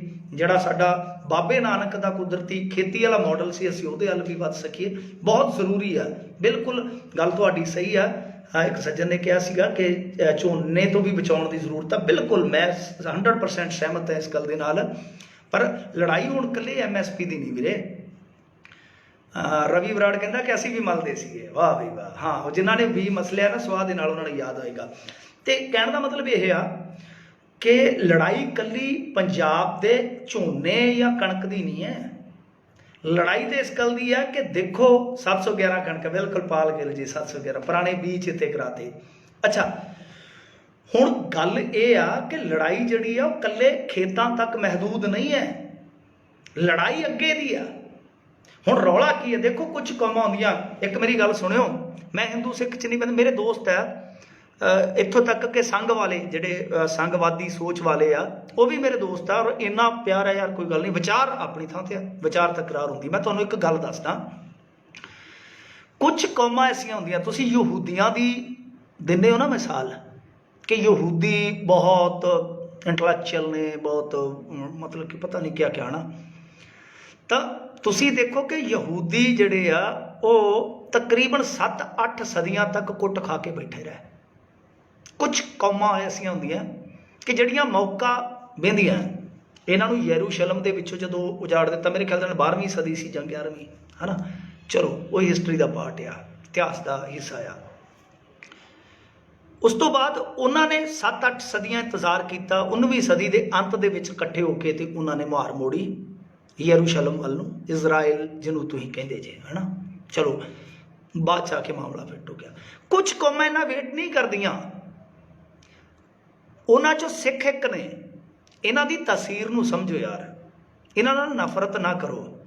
हाँ जी, झूरण वाला नरमा वधिया हुंदा सीगा, झूरण वाला A1 नरमा हुंदा सी। कुछ कौमां इंतजार करदियां ने कि जो साडे नाल होया, जुल्म होया, उहदा बदला लवांगे। कुछ कौमां हुंदियां चपेड़ खा के चुप कर जांदियां, कहंदियां कोई नहीं, किते नुकसान करांगे। कुछ कौमां हुंदियां भावें वो गुलाम भी होण, एक चपेड़ वजूगी, बरोबर चपेड़ मारन दा यतन नाल दी नाल मौके ते जरूर करनगे। सो असीं जिन्हां च रहिंदे आ, असीं जिन्हां च रहिंदे आ, वो सिख इस खासे दे, सानूं समझना पऊगा। मोदी नूं ये चीज़ समझनी पऊगी कि तू मजदूरां दा कानून बदलिया, कोई नहीं बोलिया। तू GST व्यापारियों नूं ला के रगड़ दित्ती, कोई नहीं बोलिया। नोटबंदी करके पूरा मुल्क बिना गल तो बिल गेट्स दे आखे तू बंदे मरवा दिते, कोई नहीं बोलिया। कोई नहीं बोलिया। तू मुसलमानों नूं नागरिकता वर्गी एक सेंसिटिव चीज़ चों बाहर कर दिता, कोई नहीं बोलिया। तू पंजाबियों की पूछ ते हथ रखिया, आ देख ला, लद्दाख च तेल नहीं जान दिया, लद्दाख च तेल नहीं जान दिया, कश्मीर च तेल नहीं जान दिया। ये हुंदा है। सो मैं कह रहा कि ये खेतों वास्ते नहीं लड़ रहे, साडे पत्रकार ते ना उत्ते ते तुरे फिरदे आ। देखो इस गल नूं थोड़ा खोल के देखो कि जद इस देश दे विचों मीडिया खत्म हो गया, जदों इस देश दे विचों ओपोजिशन खत्म हो गई, तो लड़ कौन रहा? पंजाब। कादे वास्ते? डेमोक्रेसी वास्ते। पंजाब दा पहला जड़ा 2700 साल यहूदियों ने कुट खाधी सी। हाँ जी, आ दस्या किसी वीर ने कि 2700 साल, हाँ जी, इतों तो बिल्कुल हार गए से ना, 11वीं 12वीं सदी के तो बिल्कुल ही हार ही हो गए थे। खैर चलो आप उधर नहीं जाते। सो मेरे कहने का मतलब यह आ कि ये लड़ाई कली खेतों की नहीं है, लड़ाई कली फसलों की नहीं है, लड़ाई है डेमोक्रेसी की, फैडरलिज्म की, वध अधिकारां की, जिहड़े कि कुचले जा रहे आ, अर्ध तानाशाही इस मुल्क की, असी अर्ध तानाशाही के खिलाफ लड़ रहे हैं। क्योंकि जब देश आज़ाद होया उदों संविधान ने शादी भरी के बरोबरता मिलूगी, डेमोक्रेसी मिलूगी, ठीक है, संघवाद ढांचा मिलेगा। ये नहीं है कि केंद्र की सरकार चलती सब कुछ करूगी। संघवादी ढांचा मतलब कि स्टेटां नूं अधिकार मिलणगे। अज स्टेटां के अधिकार खोए जा रहे हैं, असीं उन्हां लई भी लड़ रहे हैं। क्योंकि लड़ाई साडी ये है कि जो चंगा है, मोदी साहब कहते जे चंगा है तो मोदी साहब ने लोक राय क्यों नहीं ली? लोकतंत्र दे विच लोक राय जरूरी है। पैंडेमिक नूं चुनिया, महामारी नूं चुनिया, और महामारी भी अपने आप दे विच एक भेद है कि बिल गेट्स 3 साल कह देना, हाँ जी आ जा बस 2-4 मिनट ही है, ਬਿਲ ਗੇਟਸ ਹੈ ਜਿਹੜਾ, ਬਿਲ ਗੇਟਸ 3 ਸਾਲ ਪਹਿਲਾਂ ਹੀ ਕਰ ਦਿੰਦਾ ਭਵਿੱਖਬਾਣੀ ਕਿ ਦੇਖੋ ਜੀ ਪੈਂਡੇਮਿਕ ਆ ਰਿਹਾ ਆਉਣ ਵਾਲੇ ਸਮੇਂ 'ਚ। ਉਹ ਦੱਸੋ ਕਿਉਂਕਿ ਜੋਤਸ਼ੀ ਸੀਗਾ, ਕੋਈ ਪਾਂਦਾ ਸੀਗਾ? ਸੋ ਇਸ ਕਰਕੇ ਅਸੀਂ ਤੇ ਸਮਝਦੇ ਹਾਂ ਕਿ ਇਹ ਵੀ ਇੱਕ ਭੇਤ ਹੈ ਕਿ ਪੈਂਡੇਮਿਕ ਆਇਆ, ਉਹਦੇ ਵਿੱਚ ਐਡੇ ਵੱਡੇ ਫੈਸਲੇ ਕਰ ਲਏ ਗਏ ਔਰ ਅੰਤ ਦੇ ਵਿੱਚ ਅੱਜ ਕਰੋਨਾ ਜਿਹੜਾ ਉਹ ਲੱਭਦਾ ਹੀ ਨਹੀਂ। ਲੱਭਦਾ ਕਿੱਥੇ ਹੈ ਕਰੋਨਾ ਲੱਭਦਾ ਕਿੱਥੇ ਆ? ਸੋ ਇਹ ਕਹਾਣੀਆਂ ਨੇ ਵੀਰੇ, ਇਹਨਾਂ ਨੂੰ ਸਮਝਣ ਦੀ ਜ਼ਰੂਰਤ ਹੈ, ਸਮਝਣਾ ਪਊਗਾ। ਹੌਲੀ ਹੌਲੀ ਅਸੀਂ ਸਮਝਾਂਗੇ। ਪਰ ਇਹ ਲੜਾਈ ਜਿਹੜੀ ਹੈ ਉਹ ਸਿਰਫ ਤੇ ਸਿਰਫ ਇਕੱਲੇ ਇਹ ਨਹੀਂ ਹੈ ਕਿ ਖੇਤਾਂ ਦੀ ਲੜਾਈ ਨਹੀਂ ਹੈ। ਇਹ ਲੜਾਈ ਜਿਹੜੀ ਆ ਉਹ ਡੈਮੋਕ੍ਰੇਸੀ ਦੀ ਲੜਾਈ ਆ, ਉਹਨੂੰ ਬਚਾਉਣ ਵਾਸਤੇ ਵੀ ਆ। ਜੋ ਵੱਧ ਅਧਿਕਾਰ ਸਾਡੇ ਦਿੱਤੇ ਜਾਂਦੇ ਆ ਸੂਬਿਆਂ ਨੂੰ ਕੁਛ ਮਾਮਲਿਆਂ 'ਚ, ਕਿ ਜਿੱਦਾਂ 3 ਲਿਸਟਾਂ ਨੇ, ਖੇਤੀ ਹੈ ਜਿਹੜੀ ਉਹ ਸਟੇਟ ਲਿਸਟ ਦੇ ਵਿੱਚ ਆ, ਨਾ ਕਿ ਯੂਨੀਅਨ ਲਿਸਟ ਦੇ ਵਿੱਚ ਹੈ। ਪਰ ਆਰਡੀਨੈਂਸ ਜਿਹੜਾ ਲਿਆਂਦਾ ਜਾਂਦਾ ਤਾਂ ਸਿੱਧੇ ਤੌਰ ਤੇ ਥੋਪ ਦਿੱਤਾ ਜਾਂਦਾ, ਉਸ ਤੋਂ ਬਾਅਦ ਸਿੱਧਾ ਕਾਨੂੰਨ ਬਣਾ ਦਿੱਤਾ ਜਾਂਦਾ ਹੈ। ਤਾਂ ਇਹ ਲੜਾਈ ਉਸ ਦੇ ਖਿਲਾਫ ਹੀ ਹੈ। ਹਾਂ, ਜੇ ਕੋਈ ਵੀਰ ਕਹਿ ਰਿਹਾ ਕਿ ਅਧੂਰੀ ਜਾਣਕਾਰੀ ਹੈ, ਇੱਥੇ ਸਭ ਦਾ ਸਵਾਗਤ ਹੈ ਵੀਰੇ। ਇੱਥੇ ਉਹ ਗੱਲਾਂ ਨਹੀਂ ਹੈਗੀਆਂ, ਟਾਈਮ ਨਹੀਂ ਹੁੰਦਾ ਆਪਣੇ ਕੋਲੇ। ਪਰ ਕੋਈ ਵੀ ਹੋਰ ਤੁਹਾਡੇ ਕੋਲ ਪੂਰੀ ਜਾਣਕਾਰੀ ਹੋਵੇ ਤੇ ਭਰਪੂਰੀ ਜਾਣਕਾਰੀ ਹੋਵੇ, ਪੂਰੀ ਜਾਣਕਾਰੀ ਹੋਵੇ, ਇੱਥੇ ਕਰ ਦਿਓ ਪੋਸਟ, ਸਾਰੇ ਵੇਖ ਲੈਣਗੇ, ਮੈਂ ਵੀ ਪੜ੍ਹ ਲੂੰਗਾ ਜੇ ਕਿਤੇ ਸਮਾਂ ਮਿਲਿਆ। ਸੋ ਇੰਨੀਆਂ ਗੱਲਾਂ ਬਾਤਾਂ ਸੀ, ਫਿਰ ਆਪਾਂ ਆਉਣ ਵਾਲੇ ਸਮੇਂ ਦੇ ਵਿੱਚ ਅੱਗੇ ਮਿਲਾਂਗੇ। ਧੰਨਵਾਦ ਜੀ।